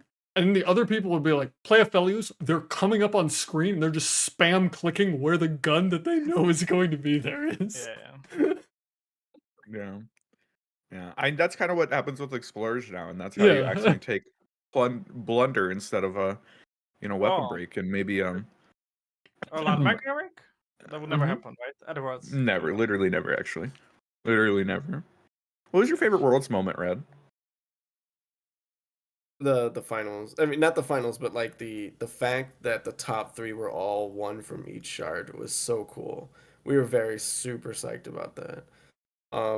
But my I guess my favorite moment of the Worlds experience was after Worlds when we went to the NYC meetup, and I got to meet everyone, and we came late to dinner because the broadcast ended late, and we showed up. And as we were leaving, I just got like swarmed by like a bunch of LOR people that were just like, "Oh, hey, I'm this guy, nice to meet you." And that was just so cool because you see the names, but then when you see the faces, it definitely changes like a lot. So Yeah. That is cool. Low meetups Yeah. are good. Like over like I bet that we didn't have like much last year, but like I said, they had like the NIC, but they're over cool, and I enjoy when we had one in Warsaw like year ago. Yeah. I wish there was one that I could go to, but living in middle of nowhere is rough. So Just go, forehead. You should have played Worlds from the the New York Oh, City meetup. well, I heard that it was like just false information the entire time, but at some point in time, I had the belief that there might have been broadcast out of Indianapolis, which is like an hour away from me, and I was like, "Oh, I will just like show up. I will drive down." But Out of Minneapolis, huh? I didn't know that was where you live. Indianapolis. Oh, Indianapolis. I was like, you didn't. Okay. I follow now. Yeah. I was like, Minneapolis is so fucking random. Yeah. Yeah. I guess something that I wanted to also touch on is, of course, rotation. Rotation is coming up in the match. Of course, we know that Action is leaving, but maybe, and also we know that we get in double second version of some champion. What do we expect to get rotated? What are our hopes from rotation? What do we want to see? How many cards we want to see go? How many cards go back, for example? What is our take on it? Aikado. I think I've given my take 100 times on rotation. I hope that Riot, has just has learned a lot from last year and has a strong idea going into this one. I just want to see them really, fuck shit up this rotation, and I Specifically, don't know. I Jackson. just Jackson. specifically, it's so funny. Jackson, Fryer. I hate Jackson, right? And like, there's so many like weapon masters that like come back over and over, and there's a lot of cards, blah blah blah. It is fun to play weapon masters. I really like playing Castaway and just like random ass decks. I like putting weapons like on my guys sometimes. The issue is like they're all just too fucking good. I don't know. Yeah, I don't want. I don't know. The stuff I want from rotation is like pretty vague, but like I feel like rotation has not justified its existence. Where like we rotated stuff and standard feels like it's just like this half format that just isn't fleshed out, and eternal feels like the wild fucking west. And so you're like, I was told rotation would serve this purpose, and I'm not seeing that purpose materialize. And it's like, I definitely believe that Riot was trying to achieve their goals. I just don't think these goals are being achieved. So it's kind of like, if we're gonna have rotation, I want it to do something and like justify it being there. And I don't think Change it the is. game also again. Like that's something that I would love to see. Just change the game. I would probably just as said. I'm saying that a lot, and like, I think we should not like rotate again that many cards. And I think like after rotation we should have the same pool like we have now. I think that's fine. But I don't think we can just justify once again like I don't know rotating so many cards then we rotate for example back. Some rotation backs would be cool. I think it's something like the different usage of the rotation format than other games, right? So that's something that I would be fan of. And yeah, that's not about my hopes, and I do trust Riot on it though because I think they got they tried for the first time. I think they overdid it pretty well, but of course there were some misses that maybe were hard for, especially for this like I don't know, Shurima, right, not having really a reason to be an existence for a warrior. Bridgewater was also kind of weird as well. So yeah, something like that. Red, are there any cards that you want to see rotated or come back? Are there any fan favorites for you? Yeah, I'm like more interested in the cards that are coming back than I am than the cards that are going out.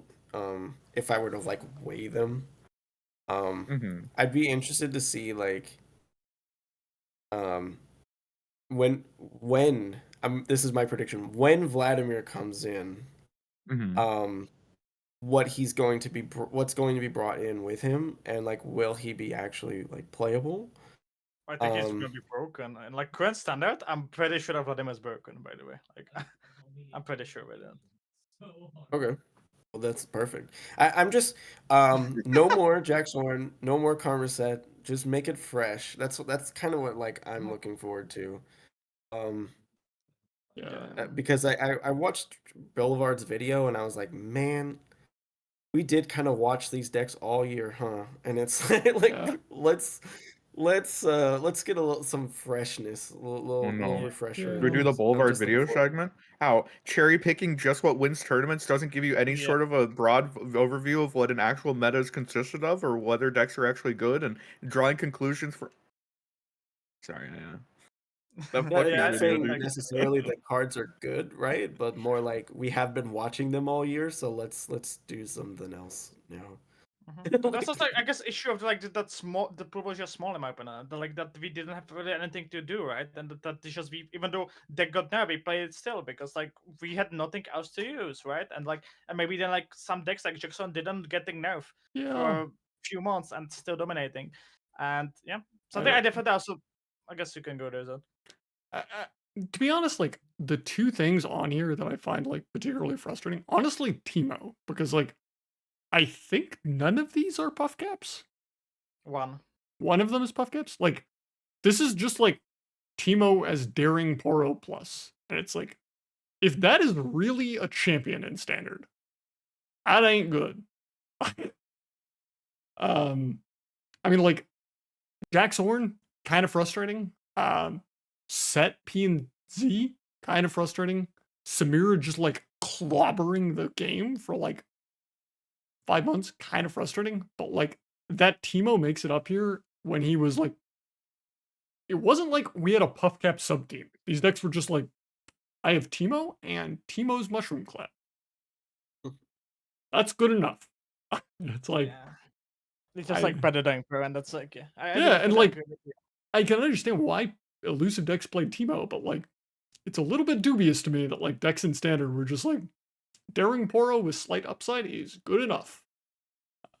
Yeah, but to be honest, like I don't mind the summer because like summer had 7 decks. Like Yeah.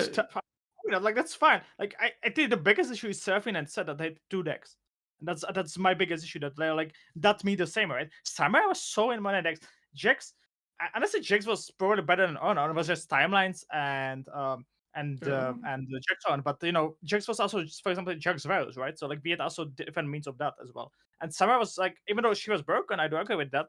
In the end, I think we can agree that like when Summer was good, the game was maybe a little bit even more interesting, right? Because we had so many ways how to use her. Yeah. And I don't know. I just have a hard time like entirely getting on board with this take of like the game was better when it was like blatantly busted by Samira. Because like, yeah, I can agree with you that I had more fun then, but like that the game was bent over the knee by Samira was like not particularly arguable.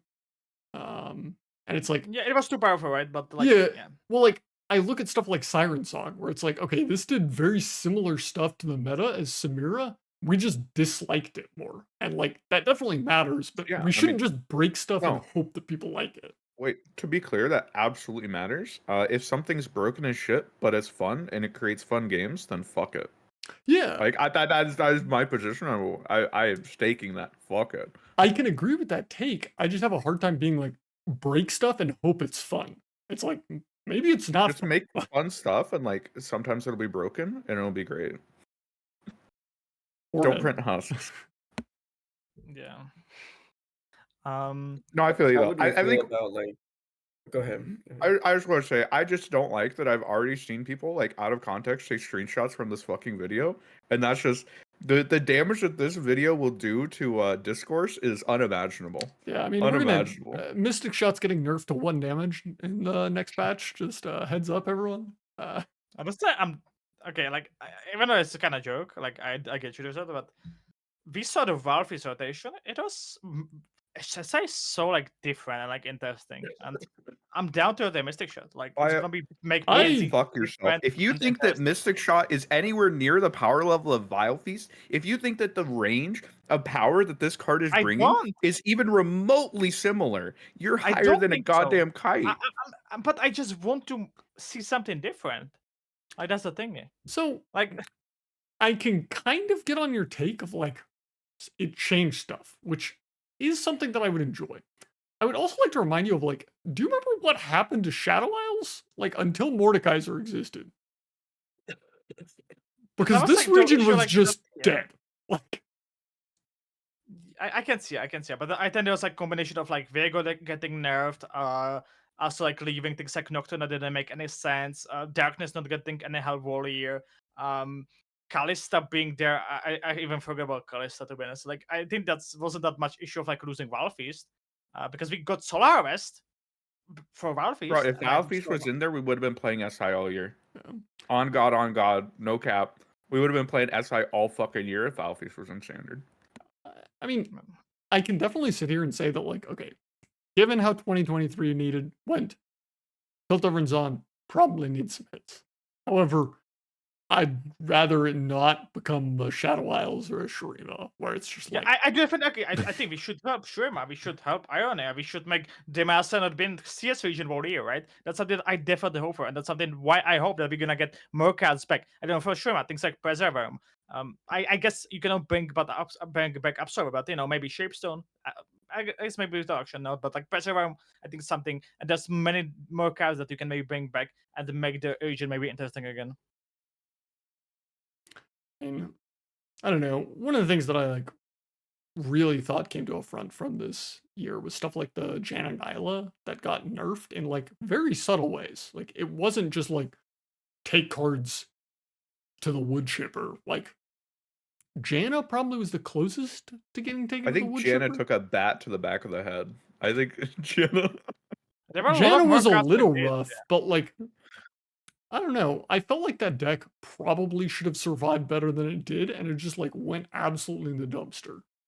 It won worlds though. It did The win entire Worlds. meta was just like so hostile towards it. Like the entire year. The fact that it existed at all during that time is just a testament to how fucking strong the deck was. Because like the meta was so fucking hostile towards it. Well, but something I definitely do agree with you that I think with some nerf decision, I definitely don't agree. I think we just killed too many cards. Like it was good and we just shoot it right. Wildfire, I think amazing showcase of that. Even like I guess people don't mind it, but like we killed also Silent Song, but I guess like people don't mind it because like Silent Song was so thingy. But maybe making it more interesting could have been also a way how to do it, and not just killing it. Summer also just killing Kaiser, right? We just killed Kaiser and we didn't care for months, and that's something I guess I maybe mind that not killing the cards completely would be also maybe something that I think should be Yeah, happening. 100%. Yeah, I think you could look at like again like Wildfire and be like, I wish that we could have done something cooler with this, or Cosmic Call, instead of just like literally unprinting the card. Yeah. Cosmic yeah. Call, and Cosmic Call is the one that like stands out to me as the most frustrating because it was like you're trying to It was get Eternal. Invoke back.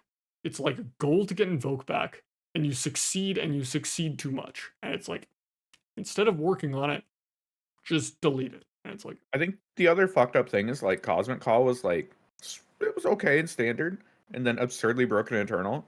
And like if rotation was like something that we wanted to do to have like a separation of these so that we can print new cards and not have to nerf them for Eternal, to then turn around and nerf Cosmic Call for Eternal is like it's a little weird. I mean, to be honest, I like Cosmic Call is definitely like a good example of that, but I think the like biggest one in my eyes is Mordekaiser, where like Mordekaiser is a little Mordekaiser frustrating in sucks. standard. We might need to nerf it anyway, but like there's no shot that guy makes it to an Eternal with Eternal SI tools.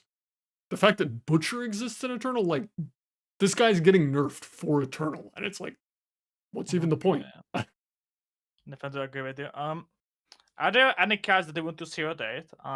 Like going away, that you think should go there? Just not because like you find them like frustrating as well problematic, or maybe you want them to maybe see finally getting some buffs, maybe because even though they might be they're not gonna be that powerful if they get then reverted in Eterna, for example.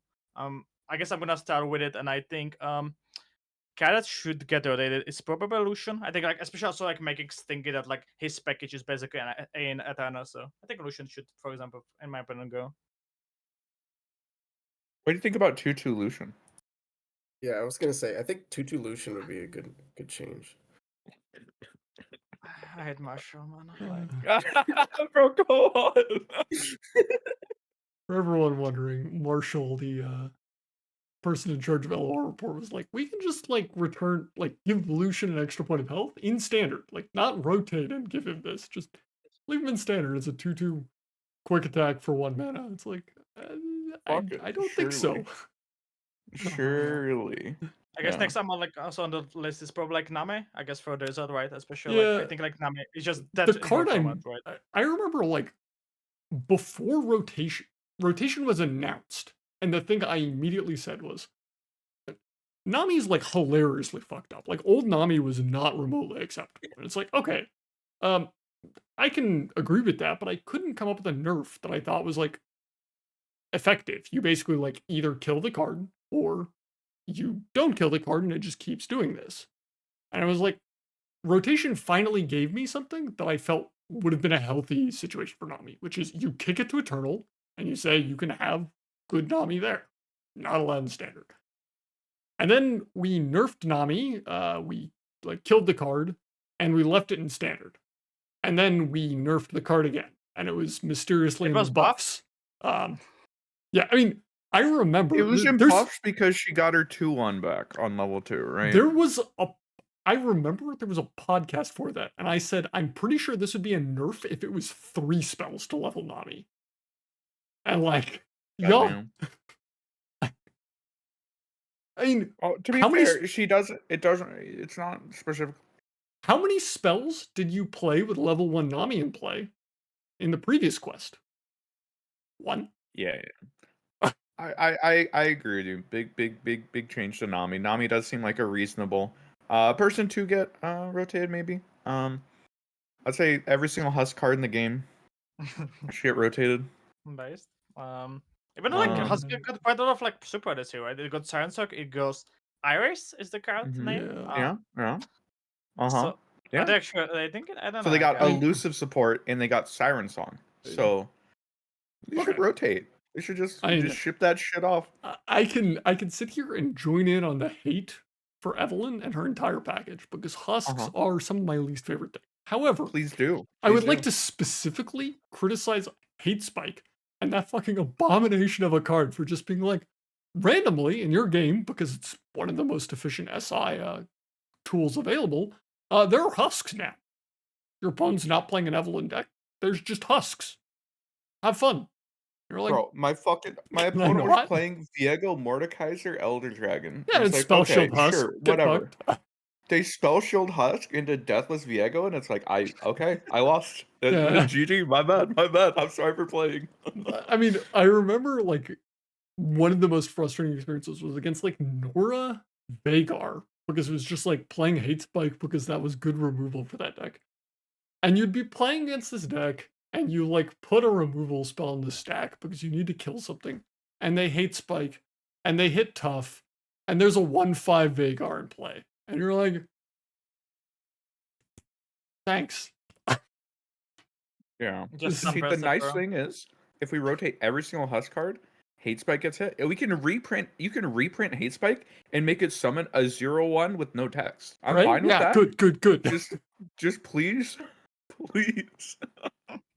rotate every single Husk card. We could call it not Spike. You know, Yeah, sure. I don't know. Not Spike based. Yeah, also another card that I think should go. Also, it's like because like most of Attach Unit went and we left 1 card. Honestly, I think Yumi probably was skipping starter because of like Nora. Because like it's like Nora is owner of Yumi, right? But they don't work together that much. Like I guess it's 2-drop into 3-drop, sure, but they don't really work together. And I think Yumi should go because like especially like I just do think that the card is very problematic myself.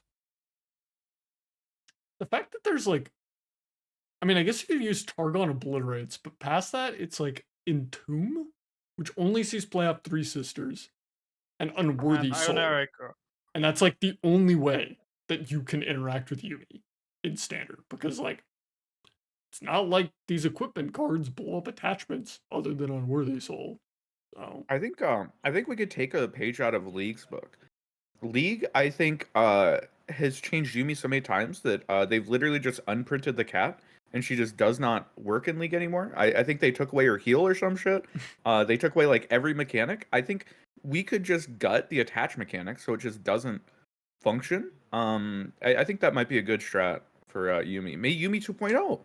I mean, way back when for like Pantheon Yumi situations, I remember wanting attached to work like there's a mechanic in Magic called Bestow that's pretty similar where you can like play creatures on creatures and it does the same thing that attached does, where it gets like all the keywords and the stats. But when you kill the unit they're attached to, they just fall off into the unit. So like if you attach Yumi to a unit and you kill the unit, you get a 2/2 Yumi that falls off. And like maybe Yumi needs to keep the buffs. So she falls off as like a 5/5 or something. And it's like all of a sudden you can interact with Yumi because you just kill the unit and then kill the Yumi. And it's like, okay, you get value. It's not like it's free, but like that sounds way healthier than what we currently have. So. You know, at one point in time, I think I would have argued like, oh, I don't know, it's a lot of value. That seems really strong. But they printed Deathless, so you know what? Yeah, I'm fucking drop the cat on the ground. I'm down. Yeah. The cat will be 2/2, right? Because you buff the unit, you don't buff Yumi, but you buff unit. Yeah, I mean, if you wanted Yumi to be stronger, she could fall off as like a 3/3 or a No, I 4/4 don't want or Yumi. whatever. Okay, fair enough, fair enough. And also, I think that's like combined with like a lot of people like rotate face. I don't think face is issue if you don't have Yumi. Like I'm pretty sure about it. Like Yeah, I don't know. Yeah, no, I think there's a lot of things they could do. You know, hopefully they I don't know, it's so hard. I assume that Riot's been working on it for like months and months and months. And like they probably have, you know, like a direction that they go in, and that's all I can hope for. Is that Riot has a direction that they want to go with it. To, you know, hopefully put the game in the position that they want it to be in. You know, I'd like to I would really like to see an article from Ruben or maybe Dave, you know, whoever's running it, an article going over how they felt rotation in 2023 went. That's what I would love to see, like a retrospective. This is what standard was like. This is what eternal was like. Here were the metrics that we were aiming for. Here's how we feel about how we did and like our goals for 2024. I would love to see something like that. I think that would be great. As much I as I can would see that. say that would be great, I also feel like that's just like asking for community flame. It's hard to justify doing, but yeah. I don't know. I'd love I'd it, like to. but I'd like to hear where they're at. You know, I just want to know their opinion, right? Because like we can talk into the ether as much as we want. Like just knowing their opinion and how they feel about it. I don't know. I understand that you know it comes with it.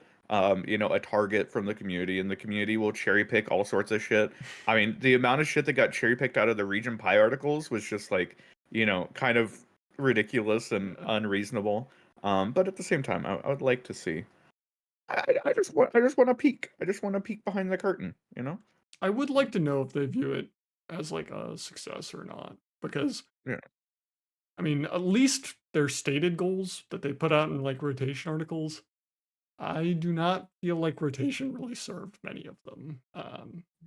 They have a lot of Kind of comments. like 50-50-ish, you know? Yeah, I wouldn't be like that negative, but maybe you can invite somebody in the I podcast. Maybe. we have oh yeah, if they oh my god, if we could get somebody on the I mean, there's no way, but if we could.